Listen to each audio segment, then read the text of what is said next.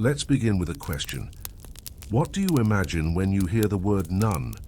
Perhaps you see a silent figure cloaked in black or white, hands clasped in prayer, eyes downcast. You might think of piety, of sacrifice, of long hours spent in stone chapels filled with candlelight and Latin chants.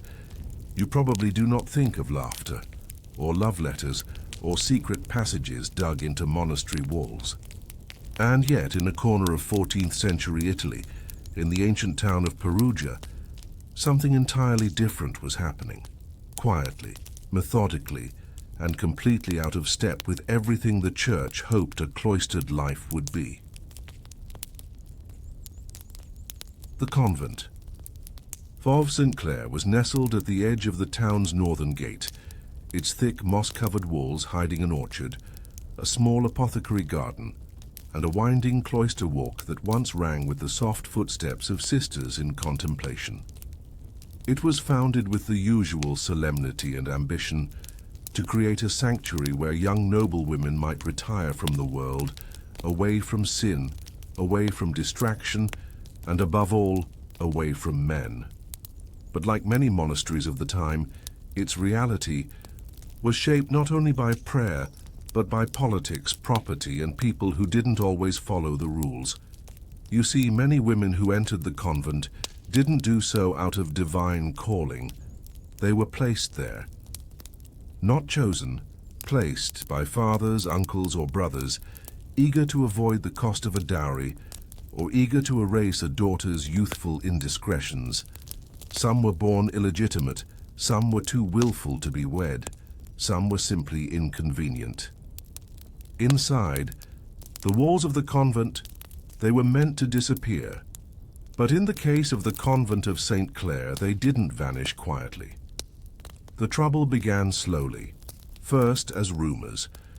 Locals whispered that the sisters' voices echoed too brightly through the chapel corridors, that boys from town lingered too long at the orchard fence, that a certain gate, locked from the outside, seemed far too worn from use. It was Sister Letizia who first caught the attention of the diocesan bishop. She had been cloistered since the age of 12, the daughter of a Florentine merchant who fell into debt. Letizia was known for her voice, light, honeyed, and sharp. It echoed clearly during morning chant and lingered long after the hymns had ended. But it was not her voice that drew suspicion. It was her letters. One day in spring, a low-ranking church clerk, assigned to deliver a message from the bishopric, noticed a small roll of parchment caught between the slats of the convent's kitchen window. Curious and emboldened, he reached for it. The message inside was brief, written in an unfamiliar but elegant hand. It said only, "Tonight, past the arbor, wear blue." No names, no seals, just an invitation and a color. He brought it to his superior. The bishop ordered a quiet inquiry. What they found after weeks of discreet observation stunned them. Every Tuesday night, as the town's bells marked the 9th hour, a young man, his face hidden beneath a traveler's hood, approached the Ave orchard wall behind the convent. From a small side door just beside the herbalist's storage, a figure emerged, sometimes Letizia, sometimes others. They spoke only briefly. Nothing could be heard beyond low murmurs and the sound of movement through the grass, and then the door would shut. The man would vanish into the hillside. The bishop wanted more. He authorized an infiltration. A laywoman, disguised as a novice, was placed in the convent for 40 days. What she uncovered was a tangled thread of desire, rebellion, and silent defiance. Within the convent, the rules were clear. Silence during meals, no contact with outsiders, no unsupervised time beyond the inner cloister. Yet these rules, while written, were not followed, not strictly. The abbess, an aging woman named Sister Gemma, was known for her tolerance. "Girls need time to adjust," she once said to a fellow abbess from Assisi. "Let them dream a little, longer before we ask them to surrender their lives." Dream they did. The novices played games beneath the moonlight, scribbled poems in the margins of illuminated manuscripts, and, according to the infiltrator, kept a hidden trove of silk ribbons, cosmetics, and old love notes from the outside world. Letizia was their leader, but she was not alone. There was Sister Fiore, daughter of a disgraced knight, who taught the others how to walk silently through the apothecary path after hours. Sister Bianca, who had once served as a chambermaid in the house of a poet and smuggled his verses into the convent. And Sister Margherita, who, despite her stutter and meek demeanor, was said to know the secret knocks of 5 different gates throughout the compound. But the scandal reached its peak with what was found buried beneath the rose garden. During a routine inspection by the bishop's men, an inspection which had now turned into a quiet but formal investigation, one of the lower friars noticed a section of disturbed earth just beyond the fountain's edge. They dug carefully. What they found was neither relic nor artifact. It was a small coffer wrapped in linen and sealed with wax. Inside were tokens, ribbons of blue and red, pieces of carved wood, 2 polished rings, and a collection of notes. Some were written in French, others in a crude mix of Latin and Tuscan dialect. All spoke of love, of meetings past midnight, of shared wine and hidden kisses, of longing that no vow could quiet. There was even a sketch, a careful, delicate drawing of a woman's face. It resembled Letizia. The bishop convened a council. Accusations were not made public, but decisions were swift. Letizia was removed. Sister Gemma was quietly retired. A new abbess was appointed from Milan, a stern woman known for reform and silence. Yet the story does not end there, for even after the shake-up, strange notes continued to appear, this time in the chapel's confession box. "We remember," one said. "You cannot silence all the walls. So we must ask, if silence was meant to be sacred, what happens when the walls remember everything?" When Letizia was taken from the convent, there was no ceremony, no candlelight procession, no solemn chant to mark her departure. She was summoned during morning prayers, escorted by 2 friars from the bishop's household, and gone before the soup was ladled into bowls for the midday meal. The sisters were told little, only that she had been reassigned to a house more fitting for her character. But of course they knew. The walls of the convent of St. Clare had ears. The corridors curved tightly, with ceilings low enough for secrets to settle like dust on the beams. And secrets have a way of fermenting when trapped behind stone. In the days that followed, an unease settled over the cloister. The laughter that once echoed lightly along the rose arbor grew scarce. Meals were quieter. The usual chatter during embroidery sessions was reduced to nods and glances. Even the birds seemed to sing less in the orchard. The new abbess, Sister Aldetrude, wasted no time in reshaping the rhythms of daily life. She was tall and narrow-shouldered, with a face that reminded some of a funerary carving, firm, unmoved, carved by rules more than rain. Her arrival was unceremonious, but her presence felt like thunder in a chapel. The bells rang on time now, more precisely than before. Silence was strictly enforced.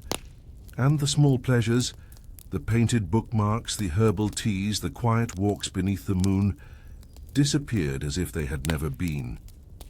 Yet what Sister Aldetrude did not understand, what many reformers never quite understood, was that silence can become its own language. Sister Bianca began to write again, not poems but prayers, layered and looping, written in marginalia so dense and spiraled it could not be deciphered without knowing the code. Sister Fiore resumed her late walks, not through the gates, but in the walled garden, feet muffled by woolen wraps, head bowed as if in devotion. and Sister Margarita, ever quiet, began to slip bits of bread and dried herbs into small bundles, which were then found tucked beneath the pews in the chapel. A gesture, it seemed, of care, or perhaps preparation. The older sisters noticed but did not interfere.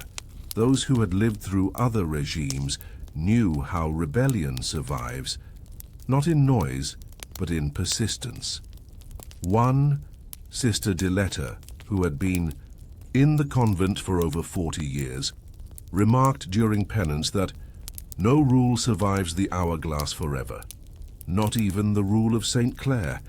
The bishop, meanwhile, was satisfied. Reports from the abbess were punctual and stern. Discipline had returned. The convent's image was, on paper, restored. Donations from noble families resumed. Young girls continued to be placed behind its walls, as they had for decades. But something had shifted. One afternoon, the lay sister assigned to laundry brought in a bundle of linens from the guest quarters. Among them was a thin shift, stained at the hem with red clay. Odd, as the sisters were forbidden from entering the outer garden, where the clay paths wound between the plum trees. She said nothing, simply washed it twice and laid it to dry. But when she returned, it was gone.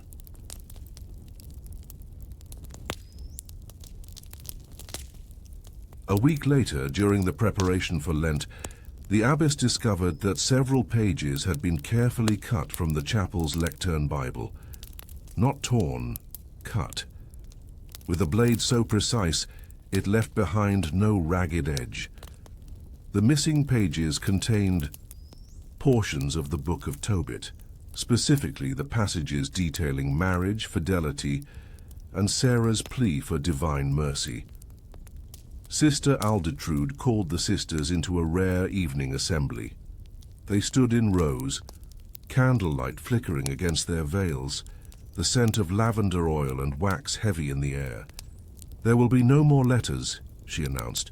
"No more walks alone, no more traces of what was. The eyes of the Lord are upon this house again." No one spoke. But beneath their silence something stirred.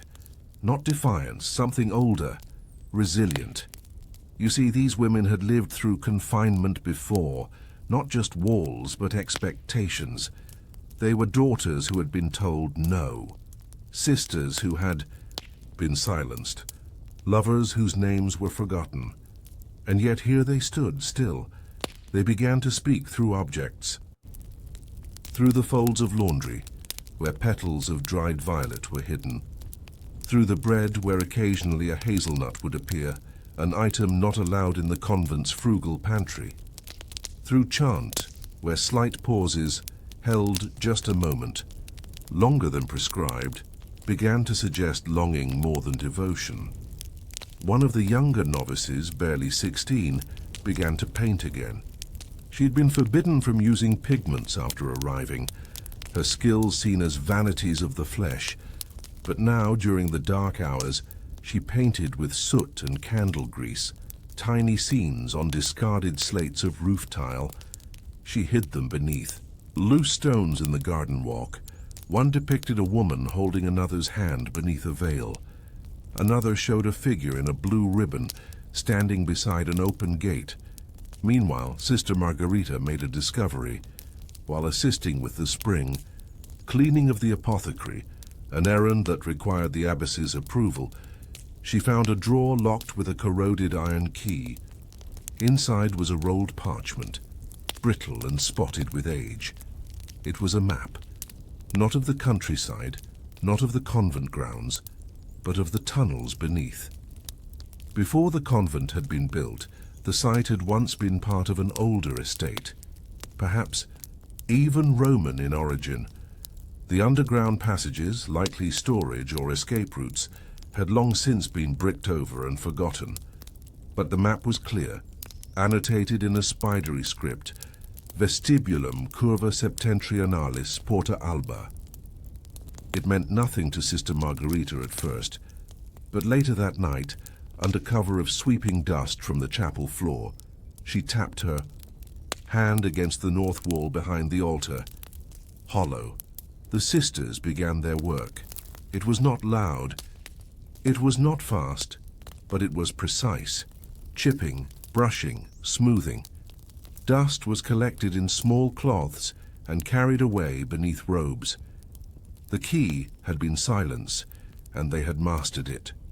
Weeks passed, then a month, then 2. And finally, one evening, as the abbess inspected the candles before vespers, a sound, faint, like breath behind a wall. She paused, listened, but there was nothing. Only stillness. What she did not know, what no record would show, is that behind that wall, just beyond the curve of the curved apse, an opening now existed. Just enough for one body at a time, just enough to slip through. They had not escaped. Not yet, but the choice had returned. That for them was enough, and so we wonder. When obedience is forced, is silence still sacred, or does it become its own quiet rebellion? By the time summer softened the air over Perugia, the orchard behind the convent of St. Clare bloomed heavier than it had in years. The plum trees bowed beneath the weight of fruit, and the lavender fields swayed thick and slow in the heat. Inside the cloister, the rhythm of daily life marched on, but something had changed in the eyes of the sisters. Not rebellion, not defiance, but something deeper. A steady, quiet certainty. They had built their escape, not with shouts, not with force, but with careful hands, memorized steps, and the silent permission of a dozen generations of forgotten women. The passage behind the chapel wall had led into a long-forgotten stone corridor, damp, narrow, slick with centuries of condensation and lichen. But it was real.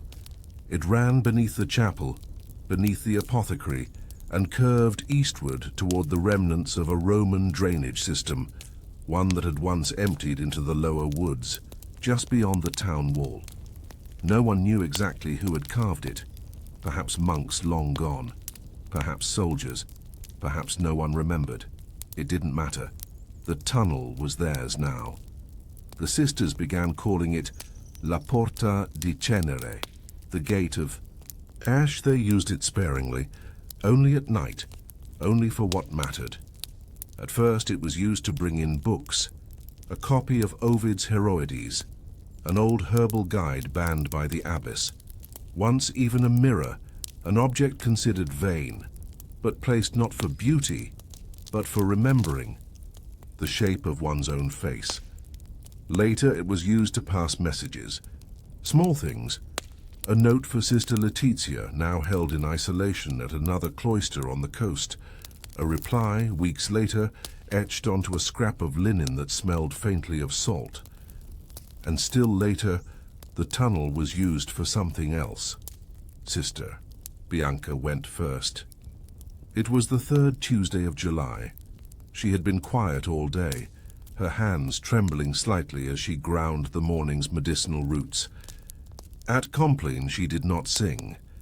After the final bell she made her way to the chapel, waited until the abbess retired, then slipped behind the wall with a small pack and her psalter wrapped in cloth. She returned before sunrise. No one asked, but everyone knew. The following week Sister Fiore followed. One by one the sisters began to use the tunnel, not to flee permanently, but to breathe, to remember what existed beyond the walls. To see the sky without lattice, to speak their own names aloud. Some met old friends, some walked alone through the lower woods, some said nothing of what they did. They returned each time, changed in small, soft ways. Not everyone used the gate. Sister Margherita never left. She stood watch. She listened. She became the memory keeper of the tunnel, the one who knew when, how, and where to cover the dust trail left by each returning footstep. Then came the night of the fire. It began with a candle, left unattended in the novice dormitory. No one quite knew who left it. Some say it was an accident. Others say it was a warning. It caught on a bundle of drying lavender, then the corner of a veil, and within minutes, the corridor, filled with smoke. The bells rang. The abbess shouted orders. Sisters poured water from their pitchers, smothered flames with blankets, prayed, screamed, collapsed. No one died. But the dormitory was scorched. The wall of the apothecary cracked from the heat. And, in the confusion, a single heavy stone, long out of place in the chapel's rear corner, crumbled. Behind it, the passage. In the ash, the secret was revealed. The bishop was summoned again. This time with soldiers. They arrived at dawn, armored, solemn, ready to punish, but what they found was not rebellion. It was quiet defiance. Women standing in rows, veils soot-streaked, eyes forward. The abbess herself, pale with disbelief, and behind them the opened gate, dark, wet, smelling of stone and salt. "What is this?" the bishop asked. No one spoke. He turned to Sister Aldertrude. "Did you know of this?" She shook her head once. "No, but perhaps I was not meant to." The bishop demanded names. He received none. He demanded repentance. The sisters knelt, not in shame, in silence. It is said that one of the friars, young and unfamiliar with convent protocol, stepped forward and asked Sister Bianca if she understood what she had risked. She replied calmly, "Only those with freedom can speak of risk." The convent was placed under temporary interdict. No visitors, no mail, no new novices. The tunnel was bricked over within a week. Heavy stones, mortar thick as tar, a cross carved into the final block. But something lingered. The sisters never forgot. Not the fire, not the gate, not what it meant to choose silence on their own terms. Years later, when Sister Margarita was elected abbess, she had the floor tiles behind the chapel polished each spring. She never said why, only that it helps the air move. And among the garden paths, beneath the orchard's plum trees, a new bench was placed. Upon it, carved in old Tuscan. Even stone remembers when it has been opened. So we end this first story with a thought. If obedience is imposed, it decays. But when it is chosen, it becomes memory. And memory, as we have seen, is the oldest form of resistance. In the winter of 1283, the convent of Santa Justa, but order like glass shatters under pressure. The first to notice was Sister Leonina, the convent's herbalist. She observed it not from rumor, but from symptoms. An uncharacteristic softness in the abbess's gait, a weariness that persisted. Beyond penance and a shift in appetite, away from broth and toward bitter fruit. Leonina, herself once a midwife, had seen such signs before, and quietly she began to count the days between the abbess's absences from the evening offices. She counted 6 weeks, then 8, then 11. It was not until the feast of Saint Agatha that she said anything at all, just a murmur to Sister Piera, the sacristan. "Do you not find the abbess slower this season?"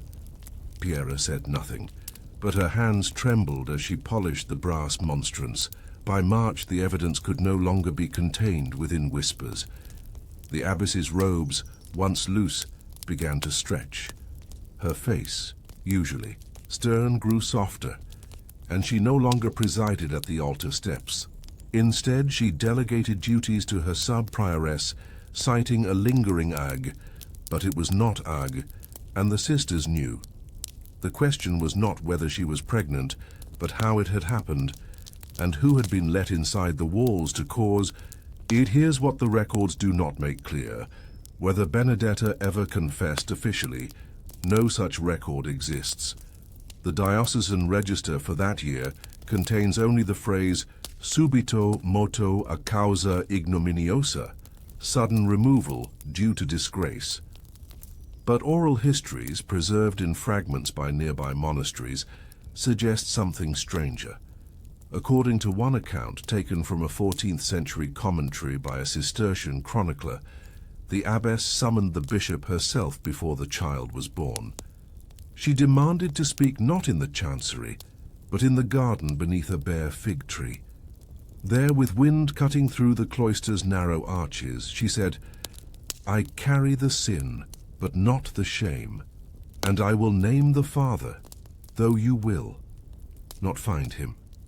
The bishop, it is said, assumed she meant a friar, or a servant, or perhaps a wandering tradesman bribed past the gate, but Benedetta shook her head. The Father was never inside these walls, not as you understand them. Her meaning remained unclear. Was it metaphor, was it defiance, or was it madness? Later, another sister claimed the abbess told her the conception had occurred during a fast on the third night of Holy Visions. She spoke of light, of dreams, of a presence that entered not through the body but through the veil between sleep and sacrifice. Naturally, Rome was not amused. When news reached the curia that a sitting abbess had conceived, panic followed. Not because of the child itself, but because of precedent. If an abbess could become pregnant and remain in office, what did that say of enclosure? Of vows? Of the entire structure that kept female monastics in their place? A delegation was formed. 3 men, one from the papal chancery, one from the Benedictine order, and one physician whose job was to confirm the pregnancy quietly with no further fuss. They arrived at Santa Giusta under cover of night. The physician, Master Arnaud of Marseille, was granted entry alone. He was old, methodical, and practiced in the art of delicate denials. In his notes, discovered centuries later in the Vatican's restricted archive, he wrote, "The abbess was composed, intelligent, not ashamed. She refused to disrobe fully, citing modesty, but allowed examination of the lower abdomen. There is no question, she is with child." He added a final line in Latin, "She calls it a sign, I call it an end." The papal representative returned to Rome at once. Within days, a sealed bull was dispatched. Abbess Benedetta was to be removed, confined to a secluded convent near Montefiascone, and replaced by a more suitable woman. She left without protest, but the sisters wept, some in sorrow, others in awe, for what she had carried, truth, sin, miracle, or madness, was something larger than doctrine, something that stirred beneath the rules like roots under stone. And yet, the story doesn't end here, because weeks after her removal, Sister Leonina disappeared. Her cell was found empty, her shoes gone, and tucked beneath her straw mattress a single note. "He came to me too." So now we wonder, what truly happened behind the walls of Santa Giusta? Was it scandal, or was it belief breaking through? After Abbess Benedetta was removed from Santa Giusta, the silence left behind was not the peaceful kind. It was not the silence of a chapel in prayer or of a night cloister beneath stars. It was the uneasy quiet of things unsaid, the kind that presses into the lungs and weighs down conversation until words rot before they are spoken. Her departure had been quick, almost surgical. No farewell, no ceremony, only the sound of cartwheels in the courtyard before dawn, and the faint creak of her cell door closing behind her one final time. When the cart turned down the hill toward Montefiascone, the fog had already begun to roll in, and with it came doubt, like a slow-moving disease. The new abbess arrived within a fortnight. Her name was Sister Maria Domitilla.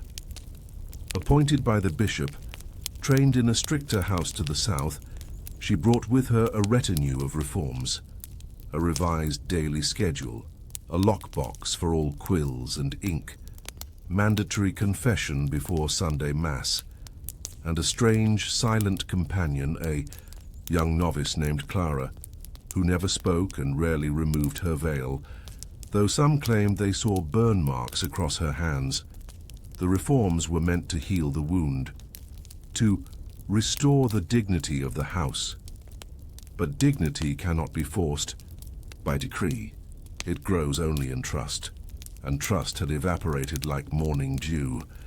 Sister Piera, the old sacristan, found herself quietly reassigned to the laundry, no longer trusted with the relics.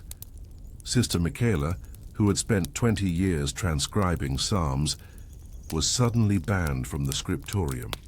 She began to sit for hours in the garden, muttering Latin verses that slipped into her tea. And the younger sisters, those who had once clustered around Benedetta, who had taken her discipline as warmth rather than coldness, grew restless. One in particular, Sister Aureliana, began to keep a secret record, using scraps of vellum taken from a torn antiphonary. She chronicled everything: the bishop's visit, the physician's examination, the whispered rumors, the odd changes in the garden's scent, the disappearance of Sister Leonina. She wrote in fragments, always in the margin, often in code. She buried the slips between the pages of unused books in the convent's old library. Centuries later, fragments of her notes would be found during the Napoleonic seizures. One read simply, "The walls are not broken, but the soul within has moved. We saw the divine and called it mistake. But back in 1283, those notes were not yet known. What was known was that Sister Leonina was missing. Her absence created more unease than Benedetta's pregnancy ever had. She had been beloved, trusted, and essential. She knew each sister's ailments, had prepared teas for fevers and compresses, for bruises. She had delivered 2 goats in the dead of winter, and now she was gone. Her room was searched. Nothing but a single worn comb, a locked box of herbs, and the note, "He came to me too." The abbess said nothing about it publicly, but that evening, Clara was seen burning something in the fireplace behind the chapel. A stack of folded pages, a velvet pouch, and a small carved pendant of St. Luke, the patron of physicians. Sister Aureliana was watching. The next morning, the gatekeeper discovered a series of faint footprints near the convent's northern wall. They led nowhere. Just imprints in the frost, curved as if a woman had walked the grounds barefoot. Sister Maria Domitilla declared the matter resolved. "The devil tests us with confusion," she said, "but we must be strong." Yet confusion remained, not just about what had happened, but what to believe. You see, Sister Benedetta's pregnancy had left behind no child, at least not one seen by the sisters. No midwife had arrived at the convent of Montefiascone. No letters mentioned a birth. And yet, months later, a novice arrived at a convent near Lucca, claiming she had been orphaned by a woman who once wore the veil. Her name was Justina. Her eyes were bright green. The sisters at Santa Giusta never saw her, but the rumor reached them by way of a traveling friar who passed through offering alms for dried figs. And so belief began to do its quiet work. A few sisters began to pray in secret, not to the Virgin, but to Our Lady who carries, a name not approved by Rome, but whispered. They asked her not for intercession, but for strength. Strength to hold contradiction, to bear something unexplainable, something that didn't fit within parchment lines and cathedral logic. And then, as if stirred by something unseen, signs began to appear. One morning, the statue of St. Margaret beside the fountain was found turned 30 degrees, facing the garden wall instead of the chapel. No one claimed responsibility. The figs ripened a full week early. A painted tile in the refectory fell, revealing beneath it a faded image. A woman surrounded not by apostles or angels, but by a halo of other women, veiled, some pregnant, all reaching out their hands. The abbess called it superstition, ordered the tile resealed, but Sister Michaela refused to eat in the refectory after that. "She's still here," she said one night, "just quieter now." Then came the visit from the papal auditor. He arrived late in the season, after harvest. Meant only to check accounts and inventories. He asked no questions about Benedetta or the child that never was. But as he stood in the chapel, admiring the stained glass of St. Lucy, he paused. "Why does your glass show a woman with closed eyes?" he asked. No one knew. The window had been there for decades, but he swore the woman in the glass blinked. He left the next morning.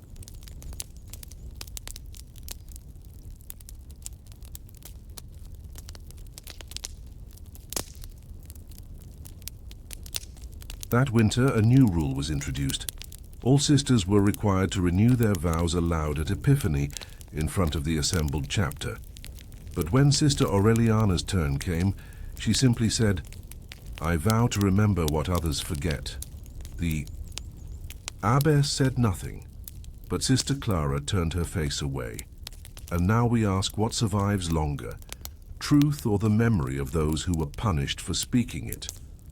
By the time the next spring came to Santa Giusta, the frost had melted, the fig, trees budded again, and the convent had returned on the surface to its orderly rhythms. But beneath the cloister walks and the tidy cells, something deeper stirred, something that would never quite be named. The sisters moved about their daily tasks with practiced devotion, cleaning vestments, tending herbs, transcribing hymns. Yet their eyes lingered longer on symbols. A spindle left upright, a crow seen circling the bell tower twice, a sister's hand resting unconsciously on her stomach during prayer. These things were not spoken of, but they were noted. The silence, once empty, had become charged, filled with unasked questions and a sort of collective memory. The new abbess, Maria Domitilla, remained stern and composed. She wrote regular reports to the bishop, held confessions strictly, and forbade unsanctioned gatherings. Her authority was absolute, yet she never spoke of Benedetta, not once, and that silence itself became louder than words. The younger novices, those who had never seen the former abbess, began asking questions. Was it true? They would whisper in the kitchens. Did she really claim it was a holy birth? Some, older sisters, answered with a shake of the head. Others simply stared into the grain of the table, fingers tracing invisible circles. One night, Sister Aureliana found herself unable to sleep. She rose, barefoot and chilled, and wandered into the garden. There, by the crumbling statue of St. Cecilia, she saw something odd. A bundle, small and wrapped in cloth, resting beneath the roots of the old fig tree. Inside, a candle stub, a dried apple slice, and a lock of pale hair tied with a ribbon. No note, no explanation. She took it to Sister Michaela, who stared for a long time before whispering, "She's making altars now." Who? The one they silenced. Rumors began to grow in the shadows of the scriptorium and laundry. That Benedetta had given birth not to a child, but to a prophecy. That her words had been misheard. That he, the father, was not a man at all. Some said she spoke of an angel, others of a voice that came from the earth itself.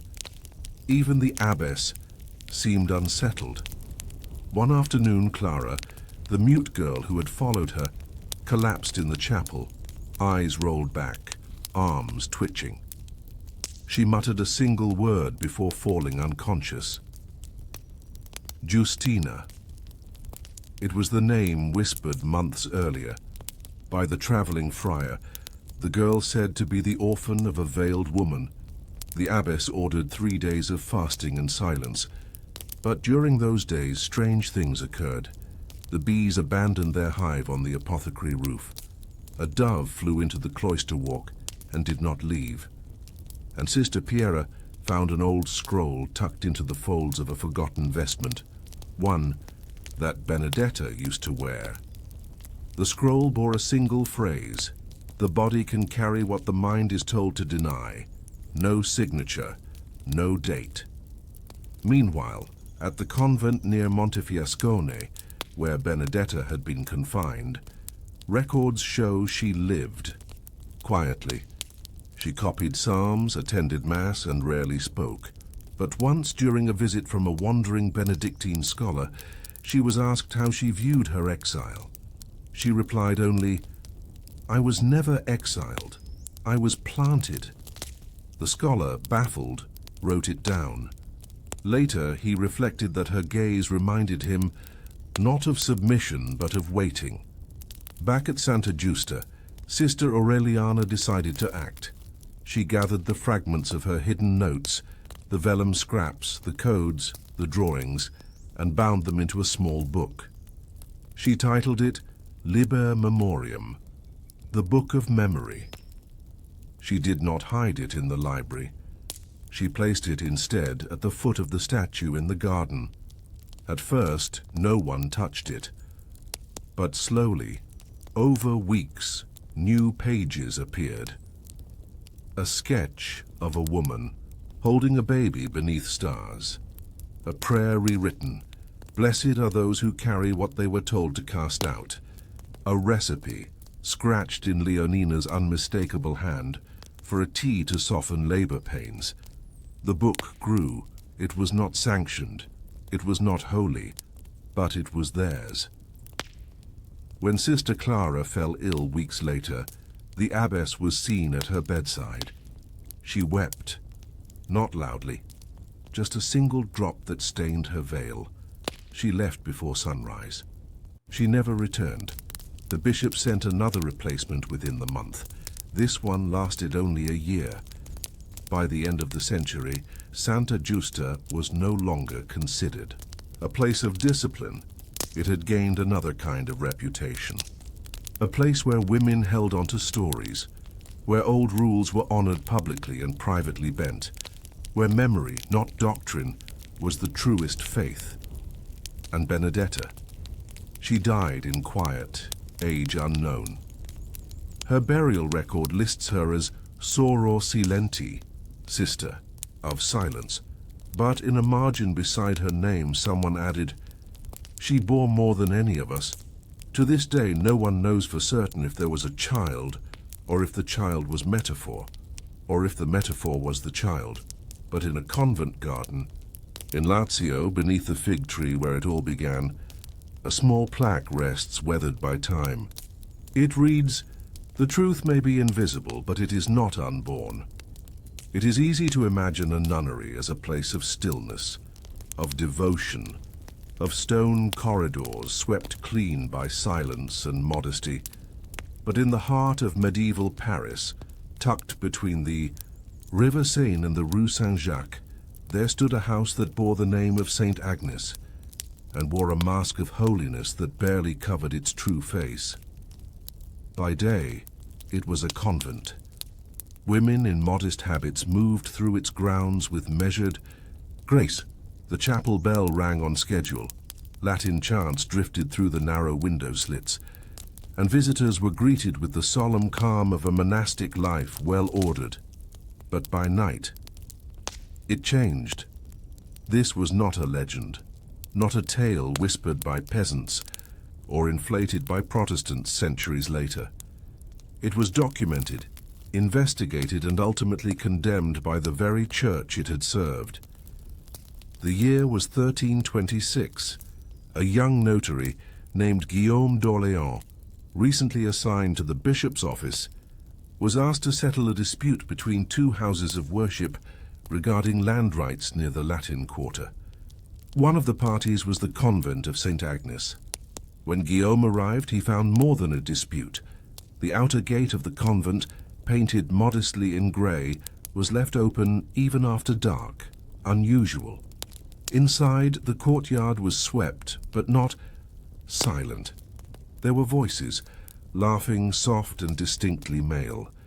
Guillaume reported seeing two well-dressed men exiting the side door of the dormitory, adjusting their belts and whispering under their breath.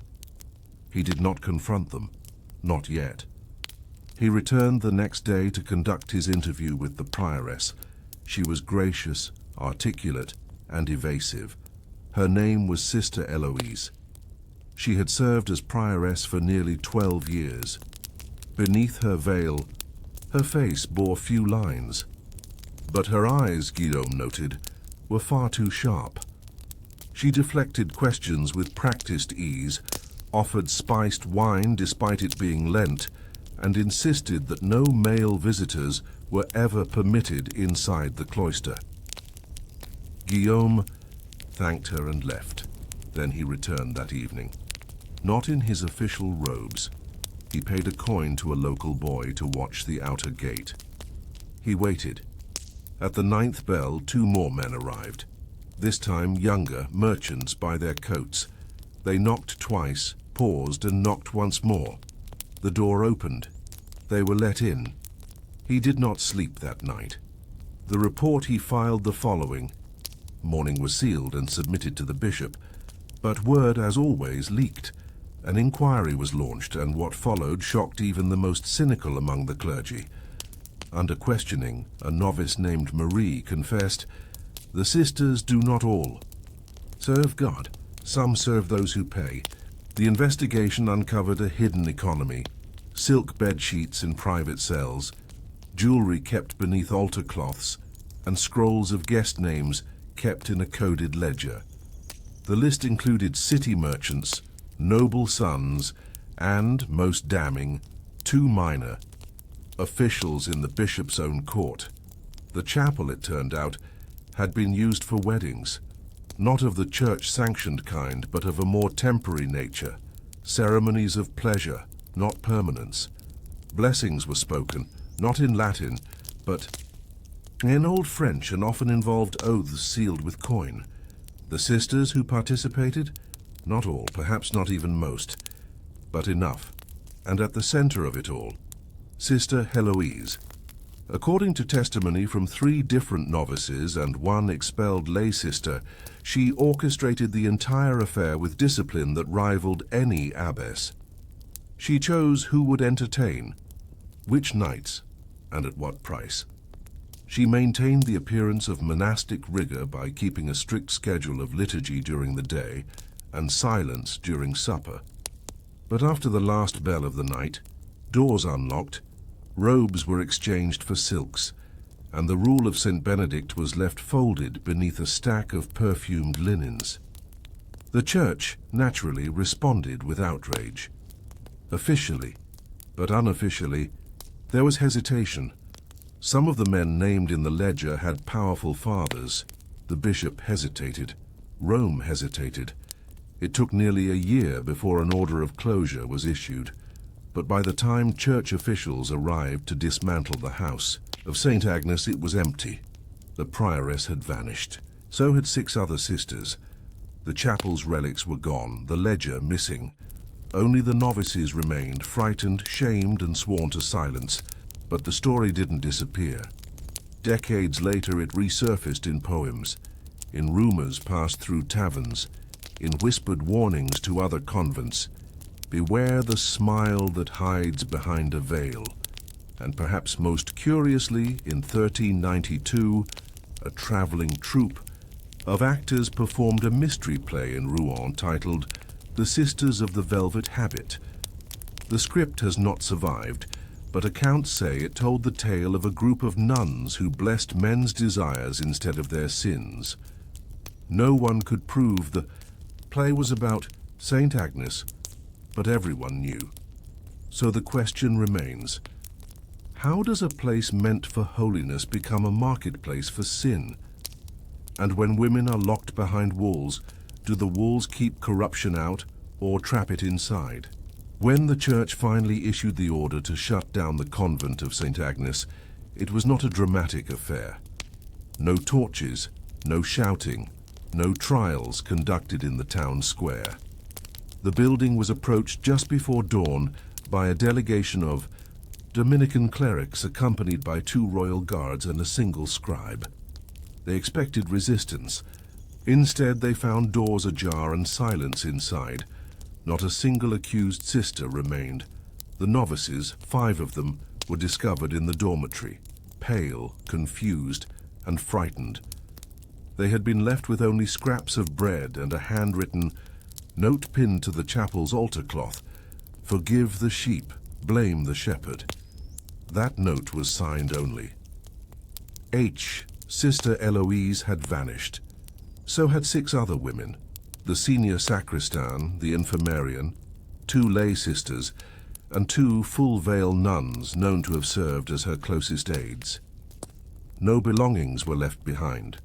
The chapel was stripped of all valuable objects. The altar was bare. The crucifix had been removed. Even the worn psalters had disappeared, replaced by blank vellum bindings. The only thing that remained untouched was the garden. Church investigators searched every room. The scribe catalogued each corner. 3 empty wine jugs in the rectory, an overturned stool in the library, and in the prioress's private cell a painting, small, framed in wood, hidden behind a veil of woven linen. It depicted St. Agnes, barefoot, veiled, standing at the edge of a river, flanked not by angels, but by robed women whose eyes glowed faintly gold. Beneath the painting, a phrase had been scratched into the stone with a sharp tool: "Not all who kneel are penitent." The bishop's office, caught between scandal and shame, acted quickly. The convent was deconsecrated.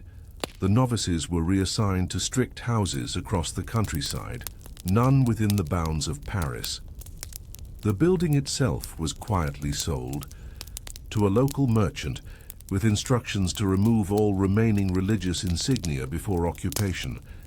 But the story refused to die. Within months, satirical ballads began to circulate. One, preserved in a folio of market songs, sang mock praise for Our Lady of the Laces, whose blessings came at night and whose confessions required no penance. The church attempted to ban the verses, but as always, mockery proved more durable. Than law, rumors about Sister Heloise multiplied. Some said she had disguised herself as a man and fled to Flanders. Others swore she had escaped aboard a merchant vessel headed for Valencia. One tale, likely apocryphal, claimed she had been seen in Avignon, dressed as a noblewoman, petitioning the Pope in broad daylight. But no one truly knew. What little we do know comes from an unlikely source: a letter found tucked inside a book at the University of Paris nearly 50 years later. The book was a theological treatise on penitence, donated by a retiring scholar. Inside its cover, folded and sealed with wax long since crumbled, was a parchment addressed only to the sister who remembers. The contents read, "We built that house not for shame, but for shelter. The world leaves women few choices. Ours was survival. Was it sin? Perhaps. But sin is cheap in the mouths of men. They do not ask why we sell, only how long. And in truth we blessed them more than they blessed us. Tell those who still wear the veil, obedience must be earned, not imposed. No signature, but the handwriting, scholars believe, matched one of the convent ledgers. So what then was the convent of St. Agnes?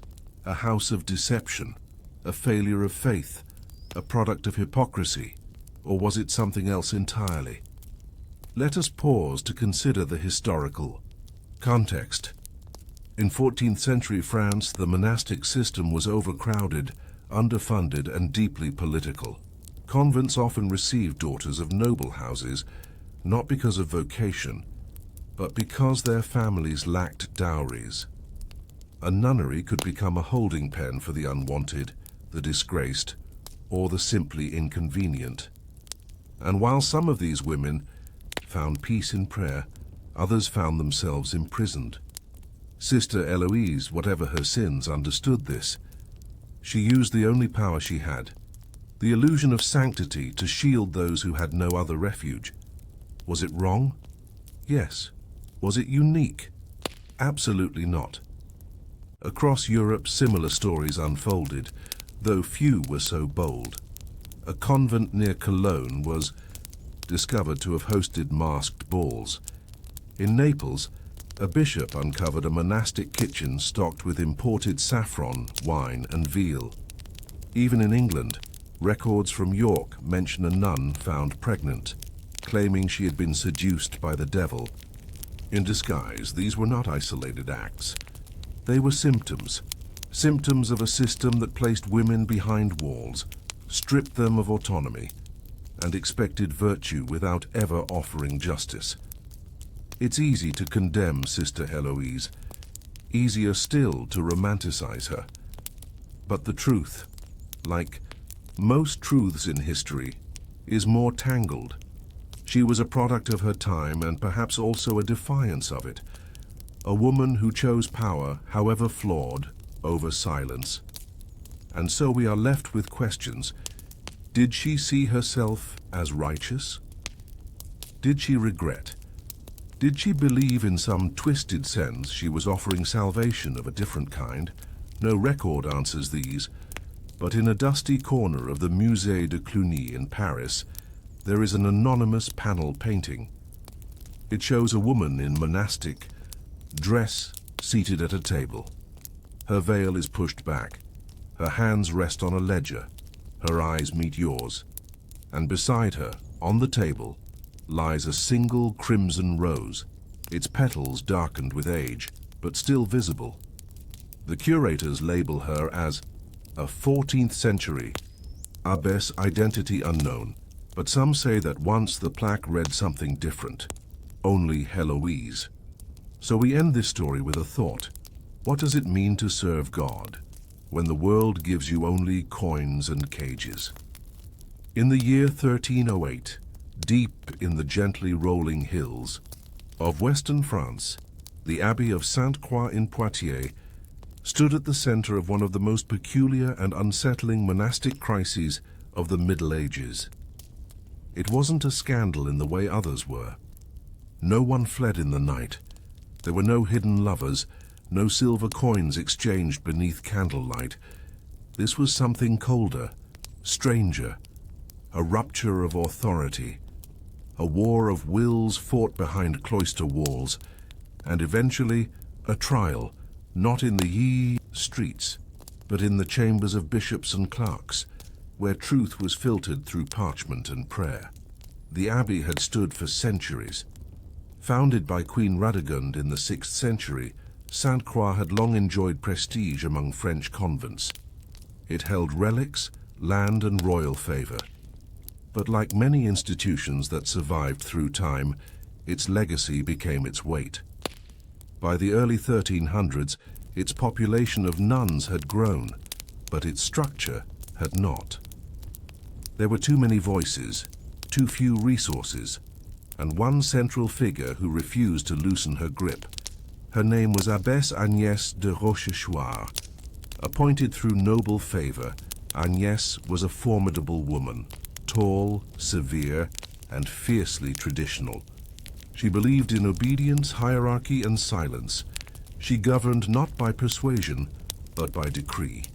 Her rules were iron, her punishments quiet and effective, and for a while her authority went unchallenged, until it didn't. It began with letters. In the spring of 1308, the Bishop of Poitiers received a bundle of sealed complaints, anonymous but detailed. They alleged abuses within the abbey, not of flesh or coin, but of spirit. Sisters forced into isolation for asking questions, psalters taken away, confession withheld, meals reduced as punishment, and worse, rituals altered, scripture reinterpreted, the daily rhythm twisted to reflect the abbess's personal theology. The bishop, cautious, sent a quiet envoy, a canon named Bernard de Toul. His orders: observe, question, report. Do not Disturbed. Bernard arrived in May and spent 6 days at Sainte-Croix. He found a beautiful structure, stone towers, clean cloisters, a chapel filled with golden light, but beneath that beauty, tension. Sisters avoided his gaze. Meals were eaten in rigid silence. He noted a lack of warmth, of spontaneity, and, in the infirmary, he found a sister, young, pale, silent, who seemed unable to speak at all. Her eyes were clear, her body uninjured, but she would not utter a word. Bernard returned to Poitiers with a single sentence in his report: "There is order, but not peace." A formal inquiry was opened. The bishop assembled a council, clerics, scribes, 2 lay witnesses from nearby parishes. Summons were issued to the abbess and 6 selected nuns. Agnès did not object. She rode into the city herself, robes immaculate, posture proud. She claimed the accusations were political, an effort by younger nuns, influenced by reformist ideas to overthrow discipline and embrace softness. She called them children of indulgence and warned the council that if such voices were rewarded, monastic life itself would fracture. But then came Sister Almodis. She was small, plain, quiet. No one had marked her before, but when asked to testify, her voice, measured, calm, filled the chamber. She spoke not of rebellion but of fear, of days spent in silence not as devotion but punishment, of prayers rewritten to remove mention of grace, of the abbess forbidding letters to family, even on feast days, of a sister ordered to fast for 9 days after laughing during supper. And then she said something that chilled the room. There is no God in her rule, only the echo of her own voice. The abbess demanded to respond immediately. She accused Almodis of spiritual pride, of jealousy, of seeking to place personal feeling above sacred order. But more nuns came forward. Sister Beatrice, the infirmarian, testified that confessions were often denied if the abbess suspected a lack of true remorse. Sister Heloise described weeks of forced isolation for writing a poem in the margin of a missal. And Sister Judith, tall, soft-spoken, and in her 5th decade of monastic life, said plainly, "Obedience should bring peace, but here it brings only small deaths." The council was divided. On one side stood tradition, hierarchy, and the rights of an abbess to rule her house as she saw fit. On the other, testimony of spiritual coercion, fear, and the slow erosion of joy. The bishop, caught between loyalty and conscience, deferred to the Archbishop of Bordeaux. And so the matter escalated. A new trial was convened, this one public. The convent's gates were opened. Witnesses came from neighboring towns. A lay servant testified that the abbess had torn a letter from a novice's hands before it could be sent. A traveling friar said he had once been denied entry for last rites. The verdict was reached after 2 weeks. Agnès was removed, not excommunicated, but invited into private reflection. She was sent to a small priory in Auvergne. The official reason, exhaustion. In her place, Sister Almodis was offered leadership. She refused. Instead, the council appointed Sister Judith, whose calm had been mistaken for submission. She accepted with a single sentence, "A house without love is only stone." So what do we make of this? There was no fire, no scandal, no romance, just power, quiet, everyday power. And what happens when it is misused? We often imagine nuns as obedient figures, but obedience, real obedience, is not about fear. It is about trust.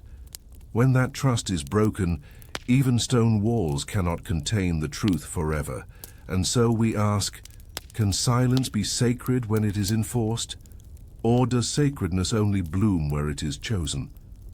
Following the trial and quiet removal of Abbess Agnès, the Abbey of St. Croix settled into a tentative calm. Sister Judith, now acting abbess, took to her position not with authority, but with humility. She did not issue proclamations or reforms. Instead, she began with the smallest act of change. She listened. Her first week in office, she abolished the punishment fasts. The second, she allowed the novices to speak during garden labor, so long as their voices stayed low and their hands kept busy. By the third, she unlocked the writing desk that had been sealed since Agnes's departure. Inside were 33 unsent letters. Some were to mothers, some to sisters, some to women the church had forgotten existed. Sister Judith returned. Them all. The bishop sent no further envoys. The church, it seemed, was content to let St. Croix correct itself, but that did not mean the abbey was free from consequences. Not all wounds are visible. Among the sisters, a quiet skepticism lingered.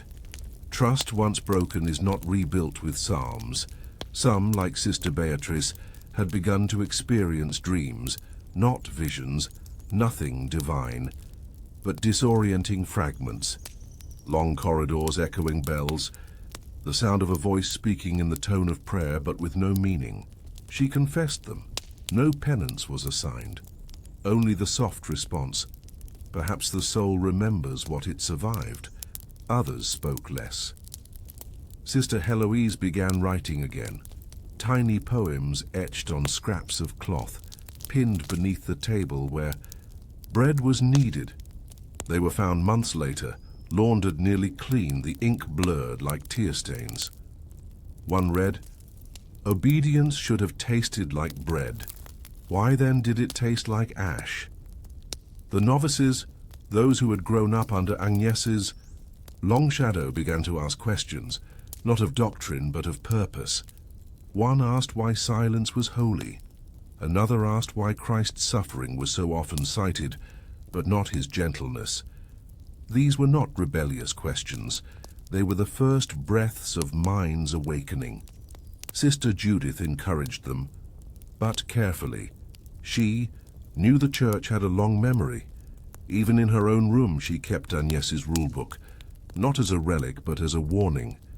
She did not burn it. She placed it between two psalters and made a note in her own hand. Power is not evil, but unshared. Power is poison, and yet the abbey could not fully escape its past.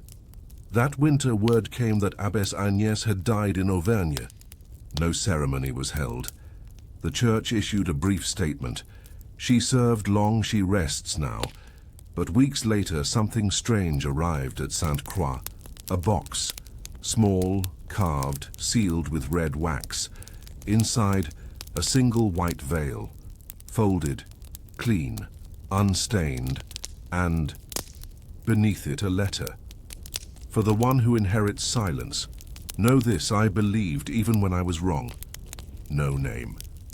But all recognized the handwriting. Sister Judith held the veil for a long time. Then, without word, she placed it in the convent's reliquary, not beside the saints, but near the door where novices left their shoes. A quiet place, a threshold. The act was not veneration. It was memory. In the years that followed, St. Croix became known less for scandal and more for patience. It became a place where nuns were allowed to speak before they were silenced, where scripture was read slowly, where laughter was not cause for confession.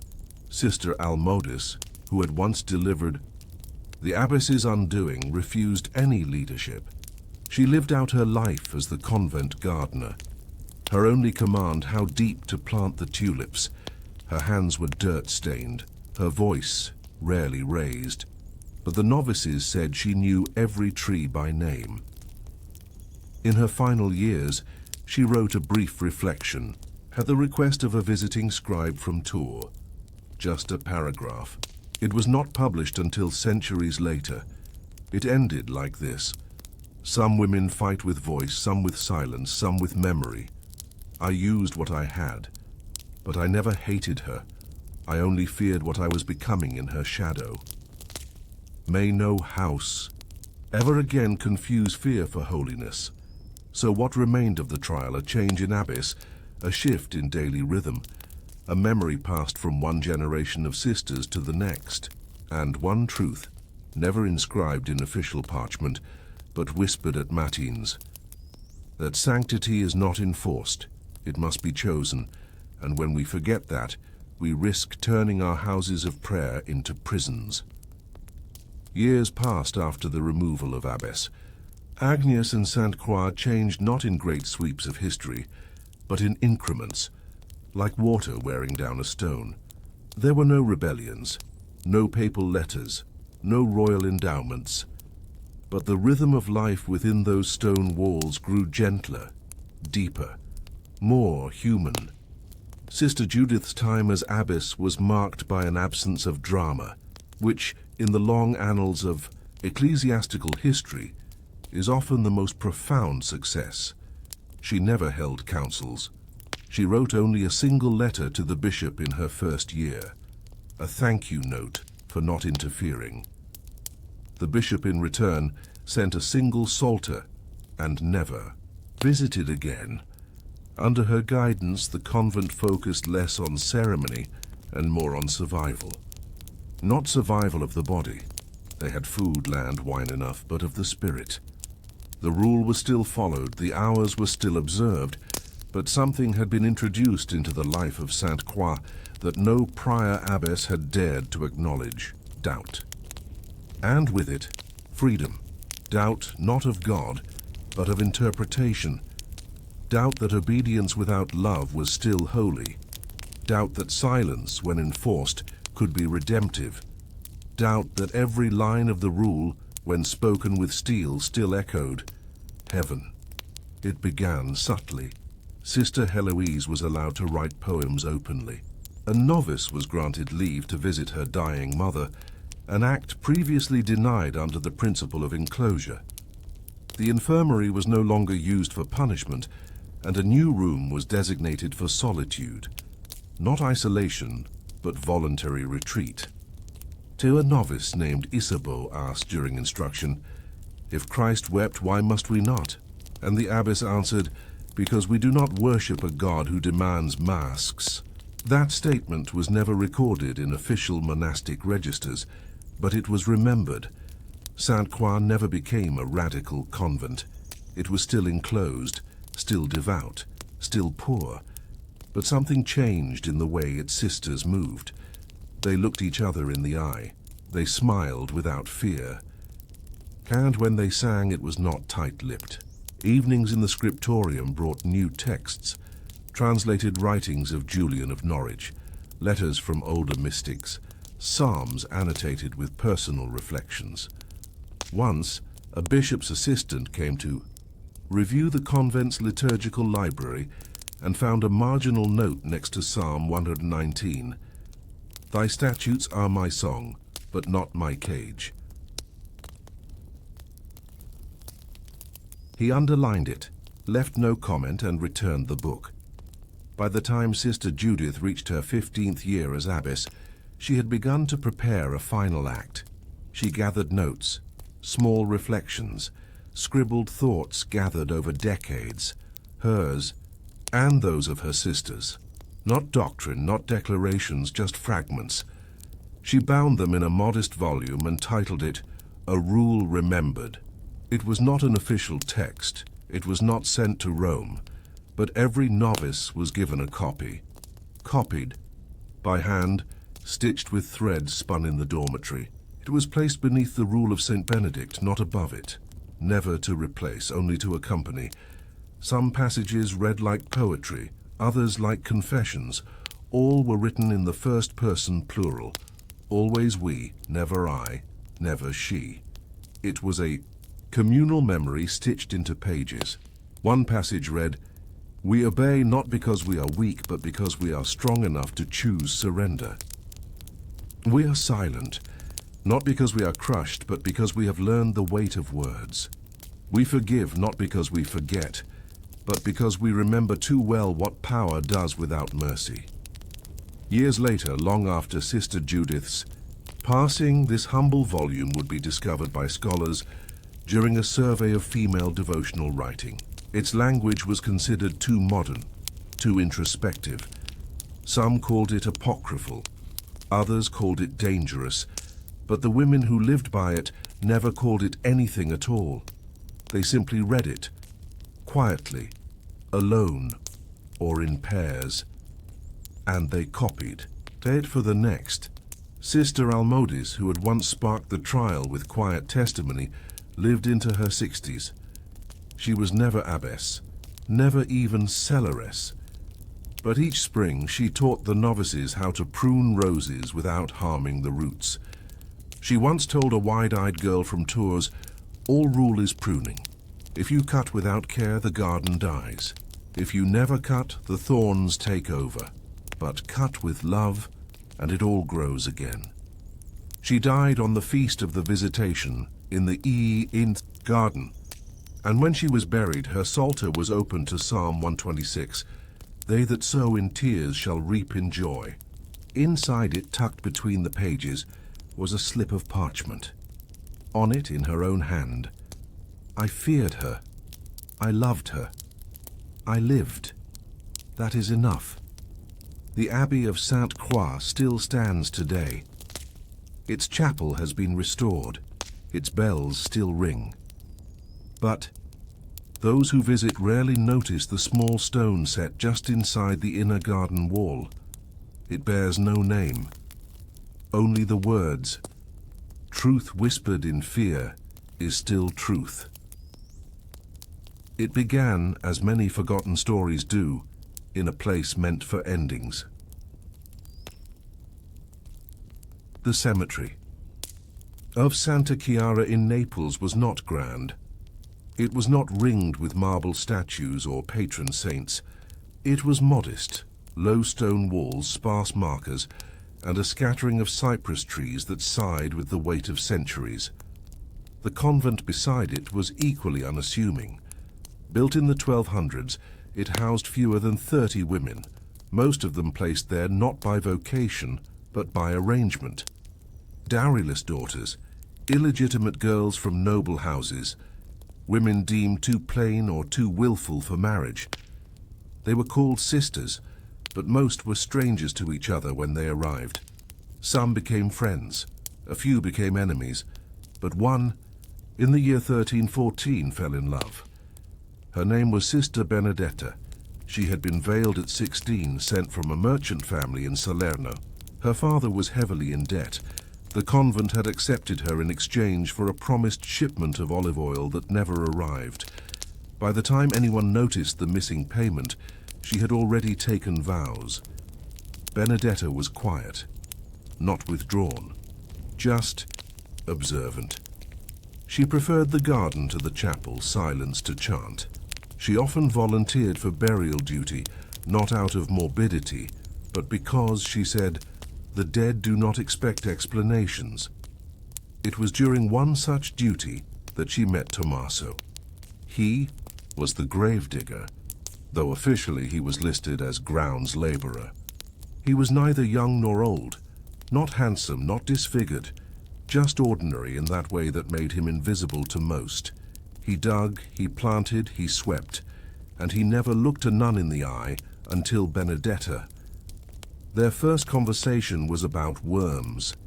She had noticed how the soil in the older graves was richer, darker, fuller, flecked with bone and root. She asked him if the worms were different in burial plots than in gardens. He blinked, then nodded. "They're slower," he said, "less afraid." It wasn't poetry, but it stayed with her. Over the months they spoke more. Short phrases, observations, questions never asked in confession. Tommaso told her about his sister who had died in childbirth and been buried without a name. Benedetta told him about the hymns she wrote but never sang. They never touched. Not then. But the silence between them changed. It became full, not empty. The first time they were seen together was by accident. A visiting monk, delayed by rain, arrived early and spotted them in the cemetery. They were not close, but their posture betrayed familiarity. Benedetta stood with her head tilted, Tommaso with his hands behind his back like a schoolboy. The monk said nothing. But he remembered. A week later, Benedetta was summoned by the abbess. Mother Immacolata was not cruel, but she was old and deeply devout, and ruled with a fear of shame that outweighed her fear of sin. She questioned Benedetta gently at first, about her duties, her prayers, her time in the garden. Then came the accusation. "Have you spoken with the man who digs our graves?" Benedetta did not lie. "Yes, Reverend Mother." "Why?" Benedetta paused. "Because he listens." The abbess stiffened. "A nun's voice is not meant for the ears of men," to which Benedetta replied, "Then why does God give us both?" She was placed under silent penance for 3 days. No speech, no eye contact, no communion. But something had already changed. Not just in her, but in the air around her. The other sisters noticed. One novice asked quietly, "What does it mean to be seen?" She was not punished, but she was watched. As for Tommaso, he continued his work. He said nothing. But when Benedetta next returned to the cemetery, she found a stone, flat, unmarked, tucked beneath the roots of the tallest cypress. Carved into it, faint and crude, were 5 words. "You are not a ghost." No one else could have written it. They met again and again, but never in secret, always within view of the trees, always with hands folded. They spoke of death, of time, of the way the soil holds memory long after names have faded from stone. Then came the winter fever. It struck the convent quickly. 3 sisters fell ill within days. 2 died. The third, Sister Lorenza, survived, but not before slipping into delirium and naming names. She spoke of Benedetta, of Tommaso, of walks beneath the moon and whispers near the gate. She called it a curse brought by desire. The abbess acted swiftly. Benedetta was confined. Tommaso was dismissed. No trial, no confrontation, just removal, quiet and final. But the story didn't end there, because 3 weeks later, a letter arrived, addressed not to the abbess, but to the convent as a whole. Its author, Tommaso. It was short. "She is not yours. She was never yours. She spoke to me with words God gave her, and I heard nothing impure, only life. If you bury her soul with rules, you'll find weeds on your altar." It was unsigned, but everyone knew. The abbess burned it, but the sisters remembered it. They passed the words down, whispered them during novitiate rituals, scribbled them on the edges of laundry slips. And one spring morning, beneath the cypress where the unmarked stone lay, someone placed a lily, not a holy symbol, not a relic, just a flower, but its meaning was clear. So we ask, when does love violate a vow, and when does it fulfill one? After her confinement, Sister Benedetta was not the same. It wasn't her spirit that had changed, it was her posture. She moved more slowly, spoke less, and turned her face away even in the chapel, as if she no longer trusted the walls. Her hands, once calloused from digging herbs and washing the cloister stone, became idle. She no longer tended the garden. She no longer asked to bury the dead.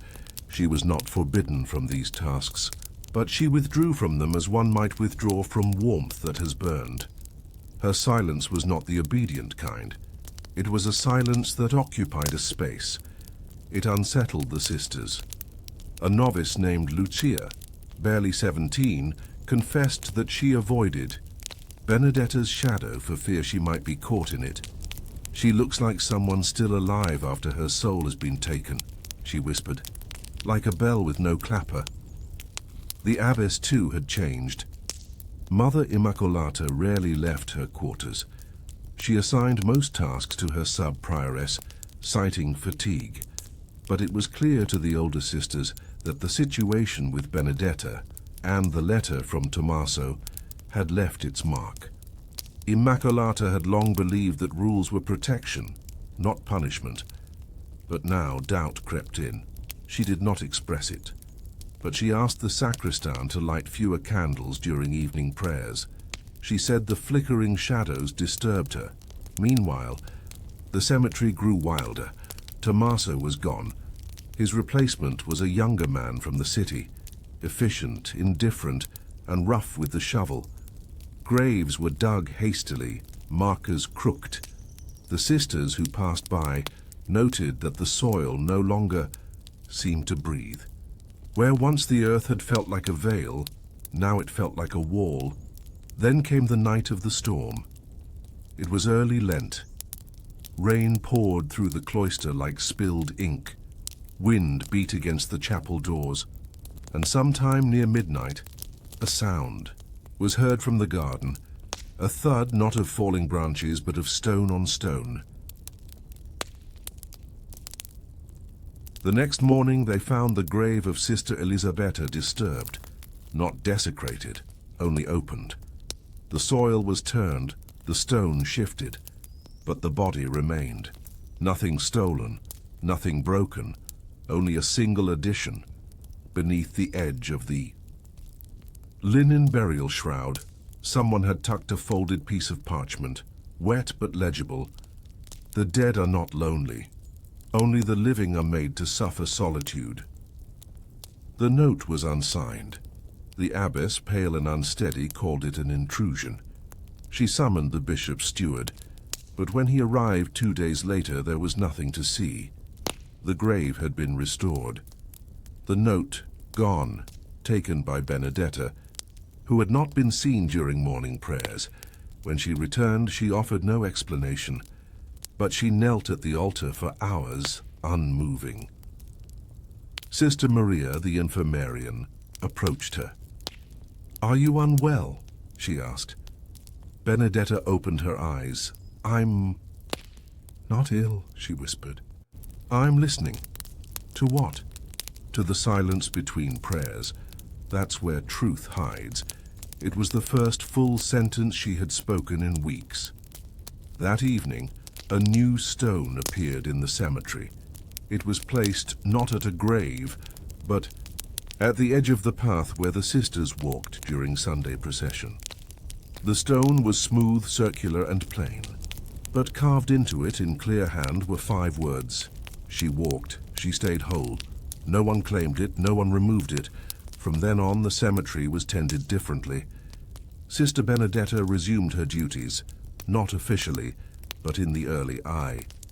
Hours before bells, when the grass was still wet and the crows not yet loud, she swept the paths, she trimmed ivy, she whispered psalms not from the book but from memory, verses reworded, softened. Others began to join her. One sister brought water for the lavender. Another offered to clean the garden bench. Slowly, the cemetery became more than a place for the dead. It became a place for grief that had no altar. And then word came from Salerno Tommaso had died. The letter came from a distant cousin. No cause was listed, only that his body had been buried on the edge of a forest, beneath a crooked tree, with no marker. Benedetta did not weep, but she did something stranger. She fasted, not for punishment, but for remembrance. 7 days, bread only, water, no speech. When she returned to the chapel, she carried a stone.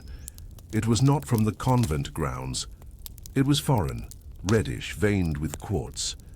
She placed it beside the unmarked marker where she and Tommaso used to speak. Then she said a single line, "He gave me back my name." That night, she composed a hymn.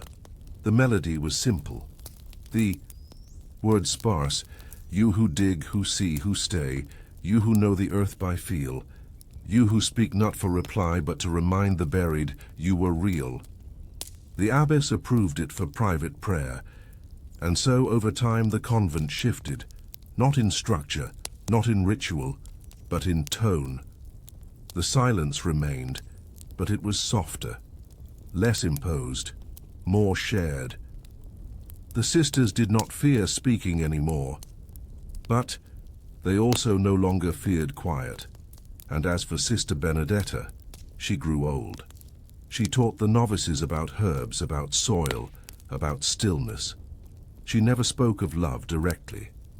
But once, when asked if she regretted anything, she replied, "Only the time I spent believing I was made for less than I felt." She died during the second hour of matins in winter. She was buried beneath the cypress. No epitaph. But the sisters sang her hymn at the grave, and someone, no one admitted who, placed beside her a red stone veined with quartz. Years passed after the death of Sister Benedetta. Generations of novices came and went, most unaware of the story beneath the cypress tree. The convent of Santa Chiara remained small and poor, tucked away from Naples' growing roar. Other convents gained notoriety through relics, royal visitors, or reformations. But Santa Chiara was rarely spoken of outside its parish. It became, as one archbishop once called it, a place of steady quiet. He meant it kindly. He did not know what lived in that quiet. The red stone placed on Benedetta's grave remained. It faded in color, the quartz softening under wind and rain. But it was never removed, not by abbess or gardener or bishop's steward. In time it became a tradition. Each sister who passed would pause before it. Some touched it, others whispered, but none ignored it. It had become a relic, not of miracle, but of memory. The stories, of course, softened over the years. First, Benedetta became a symbol, then a question. Then for a while nearly a myth. Some said she had been in love with a priest, others that she had secretly been betrothed before taking her vows. But every version included the cypress tree, and the stone, and the man with the shovel who listened. In 1371, nearly 60 years after Benedetta's death, a young novice named Serafina came to Santa Chiara.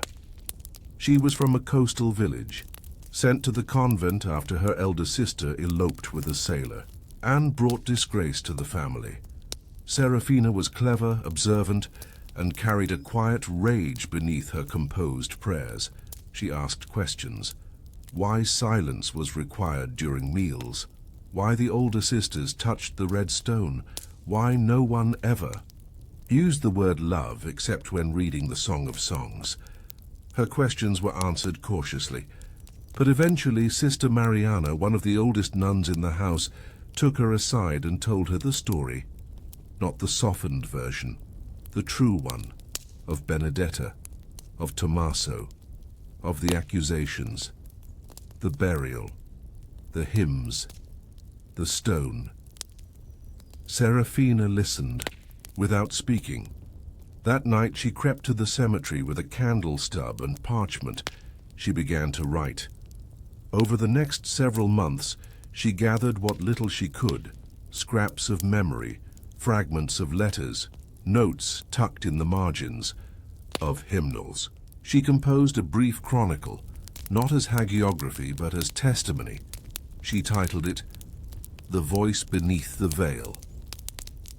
It was never published, never sent to Rome, but she copied it by hand 5 times and placed the copies in different corners of the convent library, beneath herbals, inside the wooden back of the chapel lectern, within the lining of the sacristy's spare cassock. Centuries later, 3 copies would survive. 2 were burned during Napoleonic suppression. One remains, now housed in a museum archive in southern Italy, catalogued not under theology or biography, but under a quiet heading, Female Devotional Writing, Anonymous Origins. The document contains no dates, no last names, but the final page reads, "Let this be remembered, not for shame, not for reverence, but for truth, that a woman once listened and a man once answered, and between them the silence was broken, and it did not ruin them, it revealed them."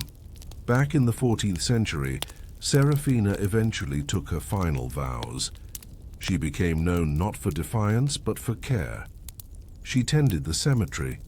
She taught younger nuns to speak clearly, and when asked about obedience, she always replied, "Obedience, without understanding, is only fear in a robe." By the time she died in old age, she had planted 4 more cypress trees around Benedetta's grave, one for each decade that had passed since the woman's burial. She did not mark them, but the sisters knew eventually the stone cracked. Moss grew over the inscription. The convent's records were lost in a flood during the 1600s, but the red stone, even broken, remained visible. And in the 18th century, when restoration efforts uncovered part of the cemetery wall, a mason lifted the stone and found, underneath, a second piece, flat grey, older than the first. It bore only a single word carved in block letters: "Listen." The restoration crew left it undisturbed. Today the convent is gone, collapsed in an earthquake centuries ago. A modern building stands in its place, but the grounds are still marked. And in the center, beside 4 crooked trees, is a plaque. It does not name Benedetta. It does not mention Tommaso. It says only, "Here once a woman spoke, and someone heard her." To the outside world, a veil signified surrender.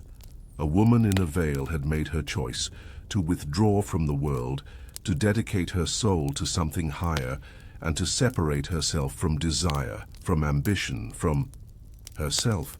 But inside the cloisters of medieval Europe, the veil meant many things. It could be a prison. It could be a shield. It could be a tool of survival. And in many cases, it could be a lie. From the 12th to the 15th centuries, thousands of women across Europe took monastic vows. Some entered voluntarily, many did not. The reasons varied: lack of dowry, family disgrace, illegitimacy, political bargaining. For every woman who entered a convent seeking holiness, there were 10 who arrived by force, by shame, or by quiet resignation, and many, quietly, slowly, broke their vows. Some did so out of love, others out of desperation, and others, still, out of a desire to feel alive again. This is not the story of one woman. It is the story of many. In the archives of the Diocese of Rouen, a cluster of 14th century court documents describe an unusually high number of cases involving violated religious commitments. One entry reads, "Sister Marguerite of Saint-Lô, found outside the convent after dark in merchant's garb, claimed to be visiting a sick cousin, no cousin located." Another, "Sister Juliana confessed to having met with a baker's apprentice for 7 months, claims she was not seduced but offered comfort in exchange for truth." These entries are brief, clinical. They do not explain the world they describe, but buried in letters, in marginalia, and in scattered testimonies, a clearer picture emerges. 1. Noon Sister Adalberta wrote in the corner of her psalter, "I was not called, I was sent. My yes was a silence with no questions." She escaped after 6 years. Another, Sister Hannah, left a diary now housed in the Austrian National Library. She describes the slow unraveling of her faith, not in God, but in the institution.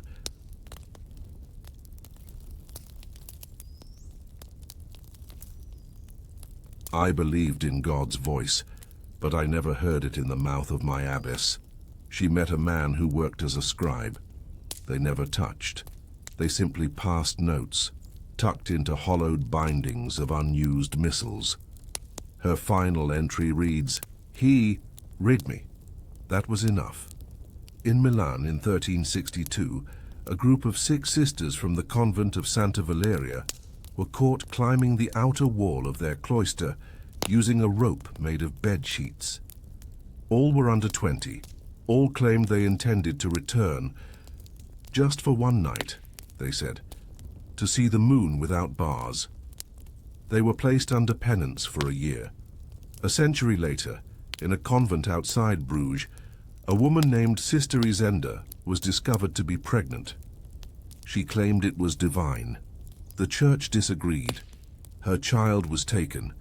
She was sent to a correctional house where she died a year later, but her name, curiously, appears again in the private ledger of a noblewoman who later donated funds to a hidden orphanage in the name of Y.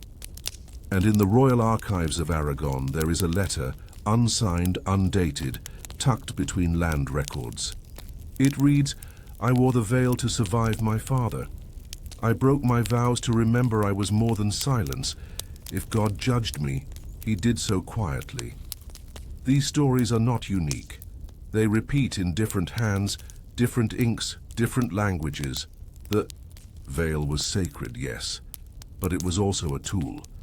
Sometimes it hid faith, sometimes it hid pain, and sometimes it hid women who refused to vanish entirely. One former nun, writing under a pseudonym, put it this way: "We did not break vows. We reclaimed voices." The church responded as it always did, with counsels, corrections, and quiet removals.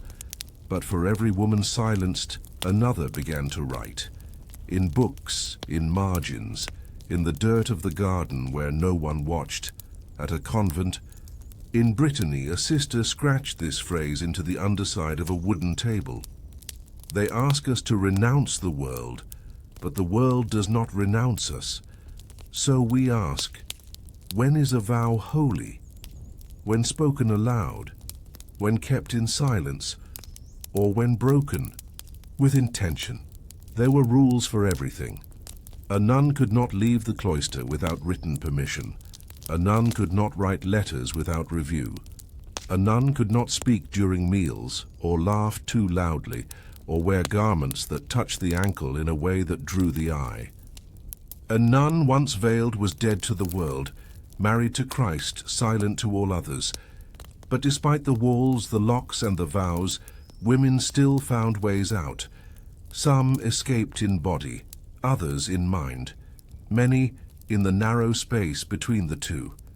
Let us begin with Sister Felicitas of Mainz. In 1433, she fled her convent dressed as a pilgrim. She was caught 2 towns away, selling rosaries that bore her convent's seal. When questioned, she said only, "I needed bread more than prayers." She was returned, not executed, not excommunicated, simply silenced. But within a year, she escaped again, this time successfully. She disappeared into the Rhineland and was never heard from again. But 60 years later, a parish record lists a midwife named Felice, who was known for her manner of quiet blessing and her habit of singing psalms during birth. Another escape came not on foot, but in thought. Sister Avis of Canterbury, cloistered at 15, became the convent's copyist. She spent decades reproducing scripture, theological commentaries, and church statutes. But in the margins of her manuscripts, she left behind her own commentary, written backward in Latin. One note reads, "Obedience is praised by those who command it. I obey, but I do not belong." Her writings were discovered long after her death. The archivist who found them labeled the marginalia unusual reflections. He did not know they were dissent disguised as devotion. Other women broke their vows in moments so quiet they left no record. A glance, a shared piece of fruit, a secret touch during the midnight watch. Some fell in love with gardeners, some with other sisters, some simply with the idea of being known. At a convent in Siena, A locked chest was opened after a sister's death and found to contain letters, none addressed, none signed.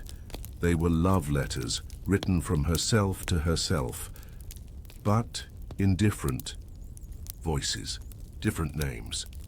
It was as if she had invented a person outside the walls, just to remember what it felt like to be chosen.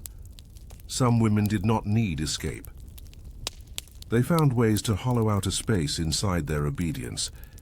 Sister Ermentrude of Ghent, abbess for nearly 30 years, instituted a new rule in her house. Once per week, each nun could speak one thought freely. No consequences. One thought. Spoken in the garden, alone or aloud. Some said nothing. Others poured out sentences that had waited years to be spoken. One sister said, "I loved my sister more than God."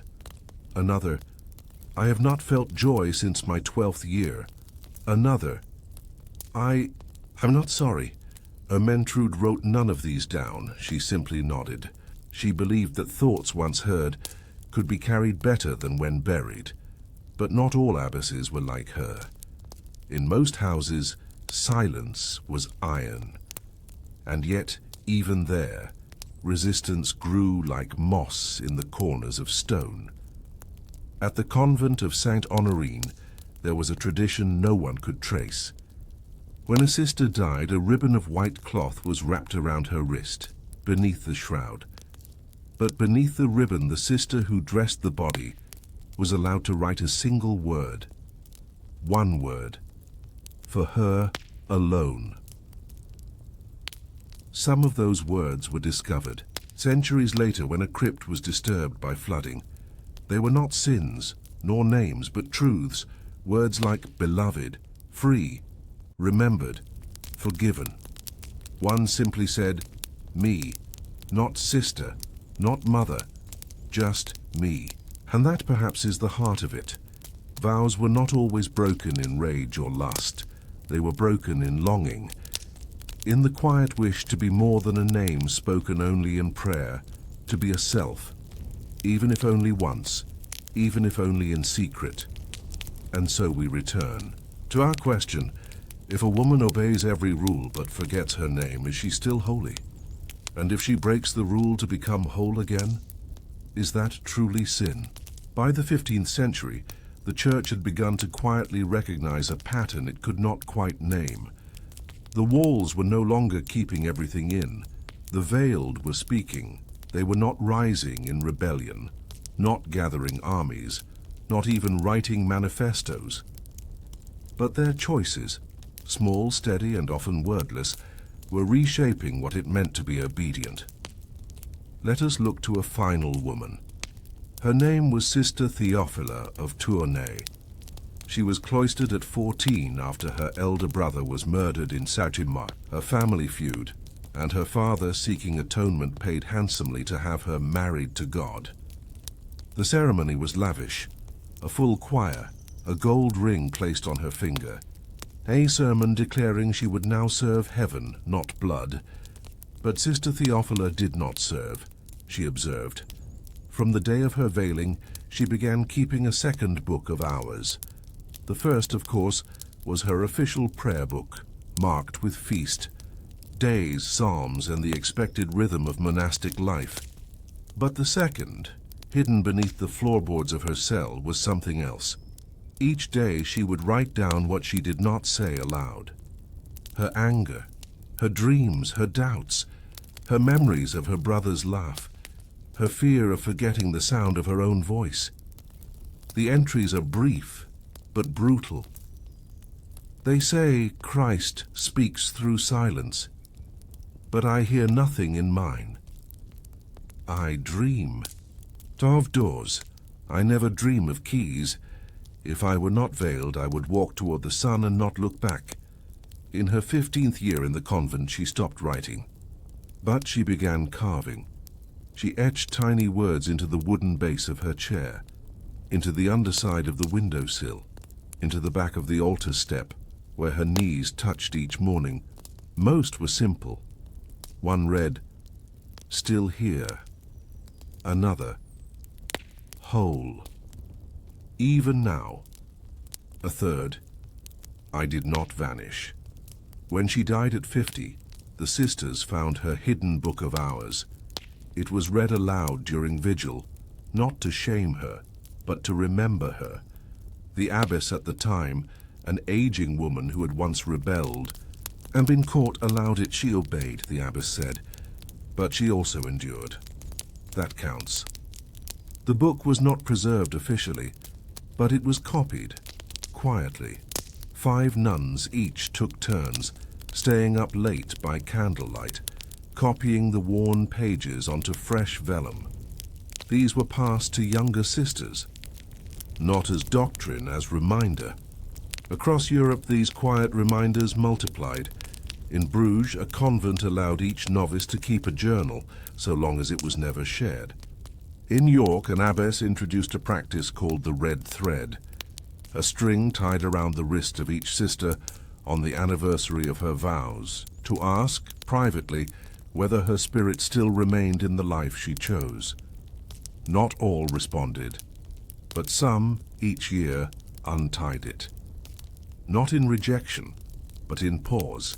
Even in Rome, a bishop named Clemente di Montefalco noted in his correspondence, "We lose more sisters to quiet absence than to scandal. Their bodies stay, their souls retreat." He did not mean rebellion. He meant resignation, because the true crisis was never the broken vow. It was the forgotten woman, the one who obeyed perfectly, who never spoke out, never left, never touched, never questioned, and who, over time, disappeared into the very silence. That was supposed to make her holy.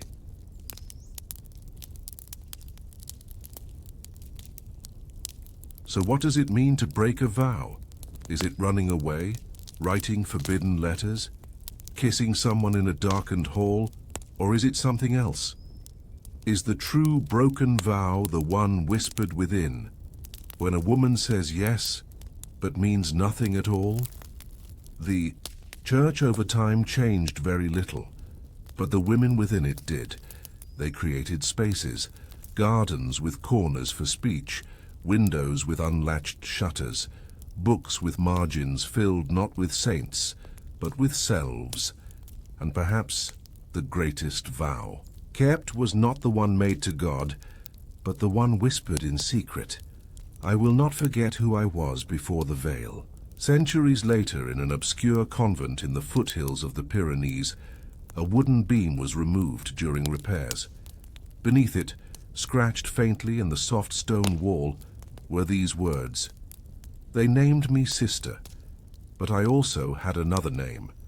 There was no record of who wrote it, no name, no date, but the sisters, now caretakers of history, placed a small plaque nearby. It reads, "In remembrance of the vow that came before all others, the vow to be." In the dim light of a convent scriptorium, a quill dipped in oak gall ink scratches across parchment. The script is precise, steady, elegant. The hand that writes it has copied the Psalms 100 times, translated hagiographies, illuminated margins with lilies and lambs and the crucified Christ. But this letter is different. It begins not with "in nomine Patris," but with something else. To the one whose breath I remember more clearly than the sound of bells. The year is 1278. The convent, Sainte-Madeleine-du-Pré, a Cistercian house near Le Mans, known for its strict adherence to silence and its well-regarded scriptorium. The letter was never meant to survive. But it did, tucked into the spine of a damaged choir book, forgotten until the book was unbound centuries later. And it was not alone. Over the course of the 19th century, as libraries and cathedrals across Europe were recatalogued, scholars began to uncover fragments, scraps, letters folded into breviaries, ink smudged beneath layers of gilding, pages sewn into linings of robes, each one carrying a similar breath, longing, not for God, not for sainthood, but for the warmth of skin, the ache of memory, the body denied but not forgotten. These were the cloistered letters. Some were addressed to men, former suitors, confessors, distant figures whose voices once filled a space now replaced by stone and silence. Others were written to other women, within or beyond the convent walls. A few are unsigned, seemingly written not to a person, but to a feeling itself, a kind of quiet defiance set in script. The Church did not acknowledge their existence. Official doctrine denied that women in enclosure had such thoughts, let alone the words to express them. But parchment does not lie, and ink once dry keeps secrets even when voices fall silent.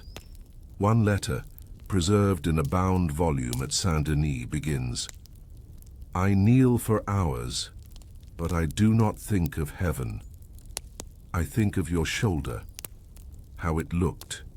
In firelight, the author signs only as S. Another, found in a Dominican convent near Avignon, is written in Old Occitan, "Do you still dream of the night we touched through the grate? I remember your fingers more than I remember my prayers." It's easy to imagine these as forgeries, romantic fantasies. But scholars note the linguistic patterns, the consistency of hand, the materials used, all align with monastic practice. These were real. These were written by women behind the veil. So how did these letters happen? How did such private longing survive in the most controlled spaces in Europe? The answer is simple, because writing was the one freedom they had. A nun could not leave. She could not choose her meals, her bedding, or her prayers, but she could write. And for those assigned to the scriptorium, those with beautiful hands trusted with sacred texts, there were moments of solitude, moments when the ink was already flowing and the candles burned low, moments when silence could be bent into shape. They wrote in margins, in codes, in the voices of saints reimagined. One sister, copying the life of Saint Cecilia, altered a passage to say, "She suffered gladly, but not before she had loved with her whole body." No scholar noticed for 400 years. Others used metaphors. Letter from a Flemish nun to her confessor reads, "You ask me to confess desire. I confess the warmth I feel when reading your handwriting. Is that sin, Father, or just ink with memory?" We often think of medieval women as silent, passive, devout, but the letters reveal another truth. They were watching. They were feeling. They were naming what they were told not to notice. And in that act, quiet, forbidden, and written in their own hand, they created a space larger than any cloister. There is one letter, rarely cited, that lives now in a private collection. Its author is unknown, its recipient never named. It ends, "I will die veiled. I will be buried beneath stone. But this parchment, if found, will outlive both. Let someone know I was not only obedient, I was alive." And someone did know, because you're hearing it now. So we must ask, is a love unspoken still a sin? Or is the greater sin pretending it never existed? By the middle of the 14th century, convents across Europe were quietly bursting with words that were never supposed to be written. Letters, yes, but also fragments, aphorisms, unsent drafts, passions scribbled beside prayers, longing woven between illuminated capitals, inked confessions pressed between the pages of psalters. These weren't public declarations. They were never meant to challenge church power directly. Instead, they carved tiny spaces of freedom, just enough room for a sigh, a remembered touch, a name spoken only once in the candlelit silence of a sleeping dormitory. Many of these letters were written and then hidden, behind wall panels inside the binding of hymnals in the hems of albs, but just as often they were not kept at all. They were burned, buried, or worse, ripped apart when the convent caught wind. In the Diocese of Barcelona, a bishop's ledger from 1365 includes the case of Sister Elvira of Montserrat. She had been caught with a collection of poems written in Latin hexameter, addressed not to a man but to a woman named Elle. When questioned, she claimed they were devotional writings. The inquiry disagreed. She was stripped of her copying duties and reassigned to kitchen service. The poems were burned, but a traveling friar present during the investigation copied several lines into his own notebook before they were destroyed. One survives. Your name is a cathedral I visit in silence. My fingers trace the shape of it in every psalm. This quiet, unending undercurrent of feeling, holy or otherwise, was not isolated to Elvira's case. Similar investigations were recorded in Dijon, Ravenna, and Cologne. The punishments varied. Some women were reassigned to stricter houses. Others were publicly reprimanded, then quietly left to continue as before. But the most powerful consequence wasn't what the church did, it was what the women did next. They wrote more, sometimes anonymously, sometimes in code, often in the form of mystical visions, which were harder to prosecute.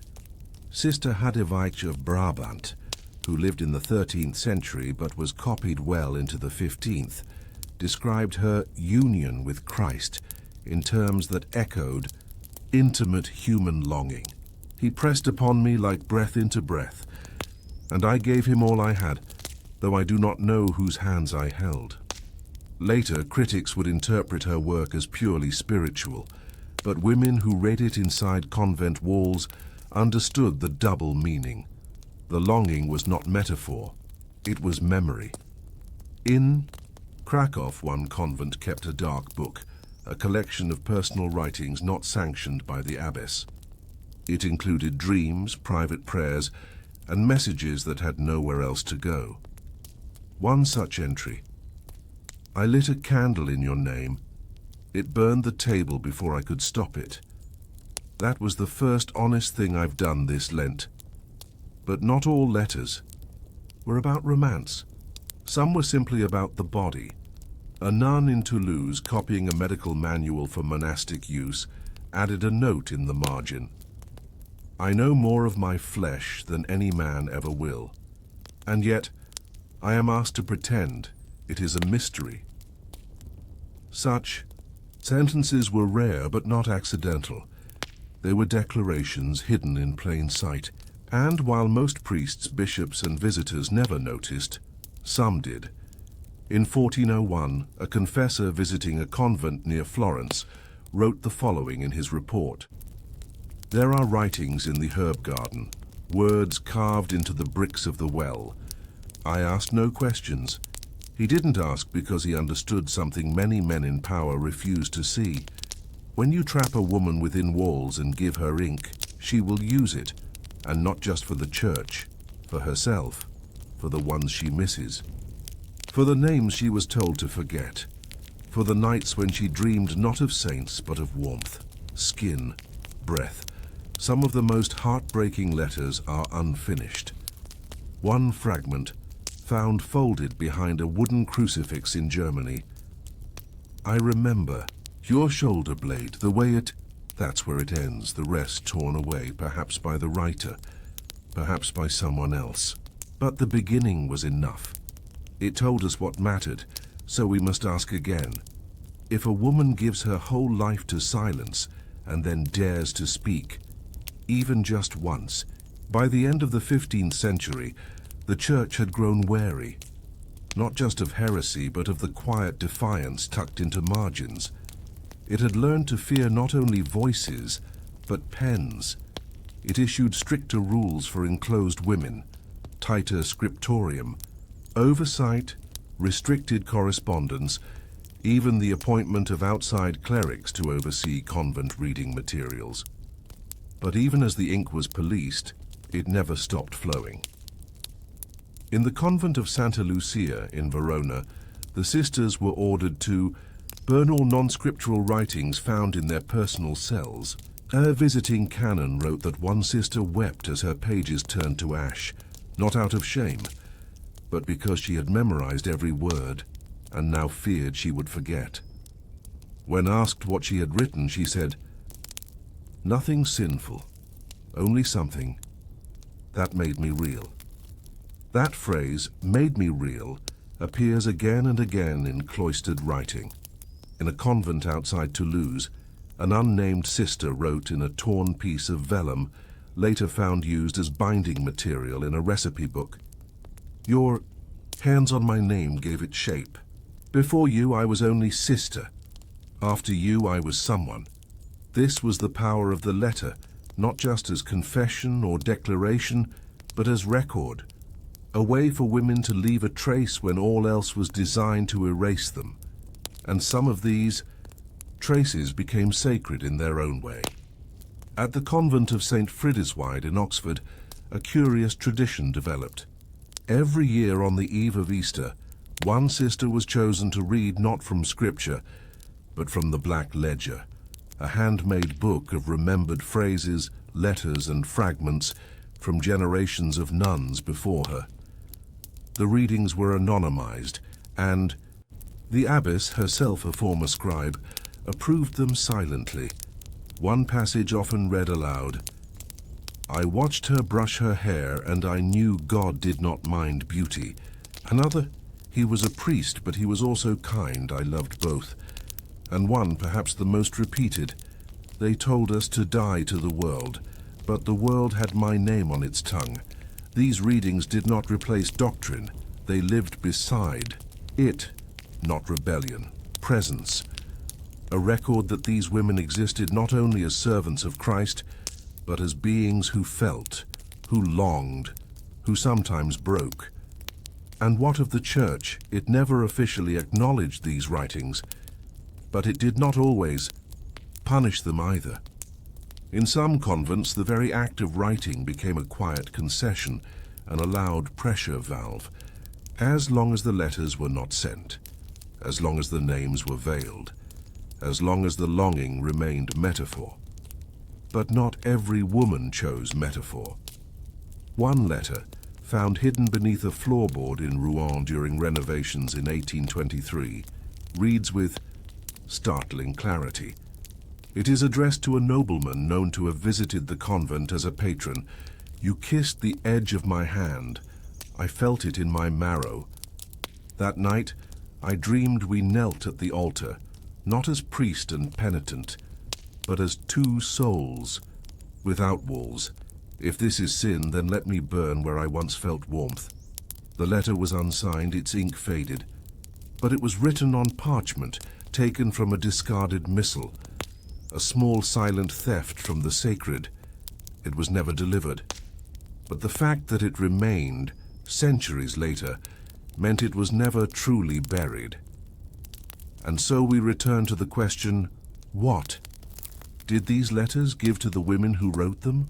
They did not bring release, or justice, or reunion. Most ended with silence, some with punishment.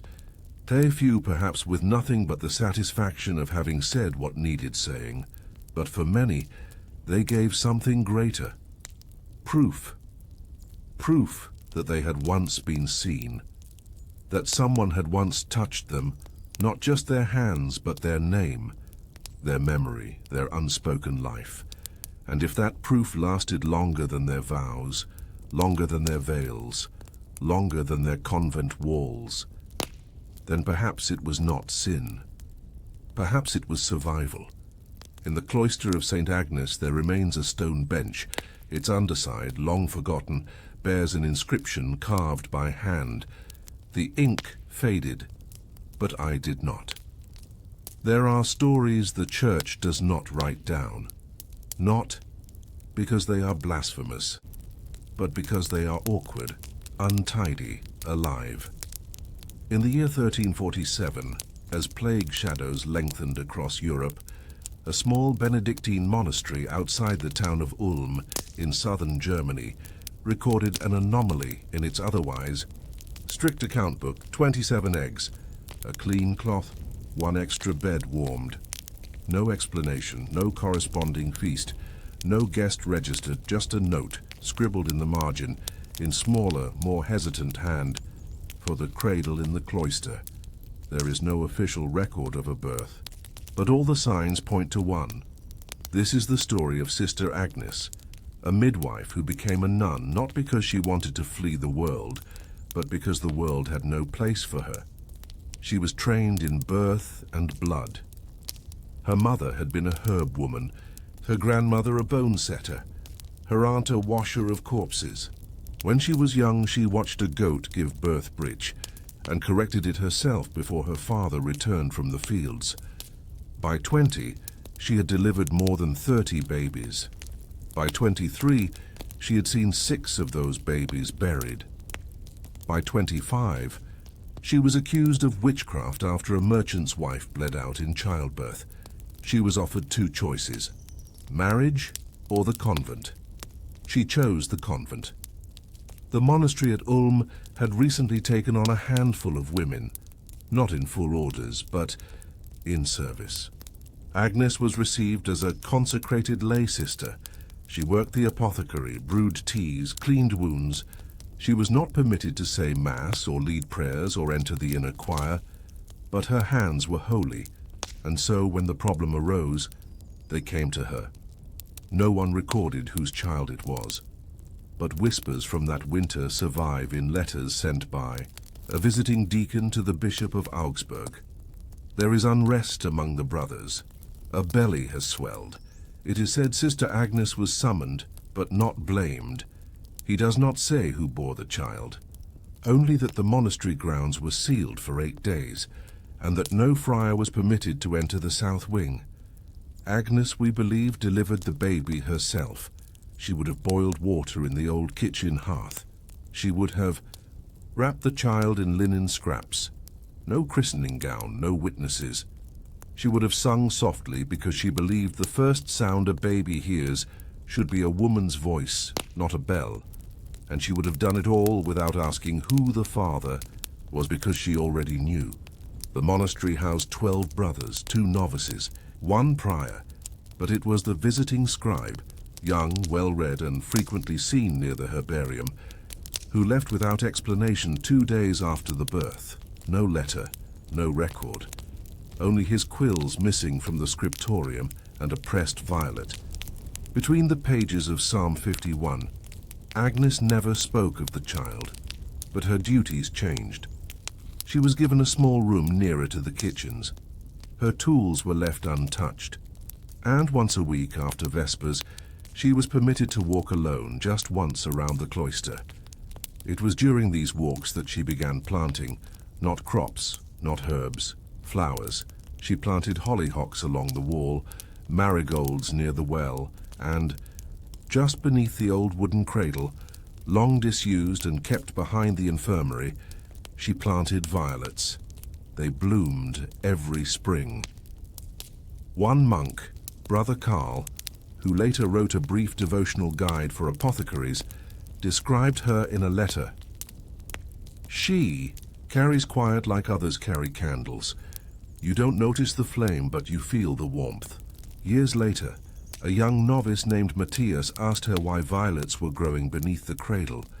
She answered, because something holy was laid there once, and it should not be forgotten. No one questioned her. The child, it's believed, was sent away. Possibly to an orphanage run by Augustinian sisters. Possibly adopted by a family in Ulm. Possibly buried. No records confirm either way. But in the margin of a 14th century hymnal from that monastery, just beside the antiphon Domine, Salvum fac servum tuum, there is a short line in an unfamiliar feminine hand. He cried only once. Then the silence took him back.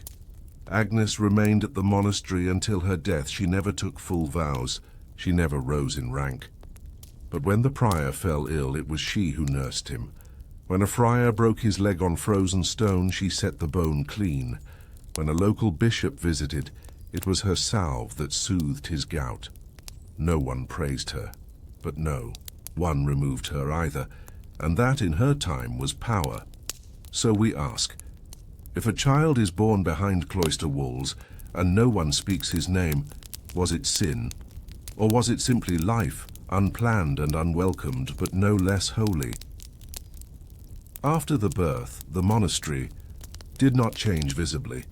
No laws were rewritten, no scrolls torn, but something inside the stone began to shift, not in doctrine, but in awareness. The monks still chanted their psalms. The garden was still swept each morning. The candles in the chapel still burned as they always had. And yet, the silence now felt different. It was no longer empty. It was keeping a secret. Sister Agnes returned to her daily tasks with the same quiet competence she'd always carried. She grew wormwood and mugwort. She poulticed ankles. She helped prepare the bodies of the old brothers when they passed, wrapping them carefully, murmuring prayers as she did. But now the other women in service watched her more closely, the younger ones especially. They began to walk with her after matins.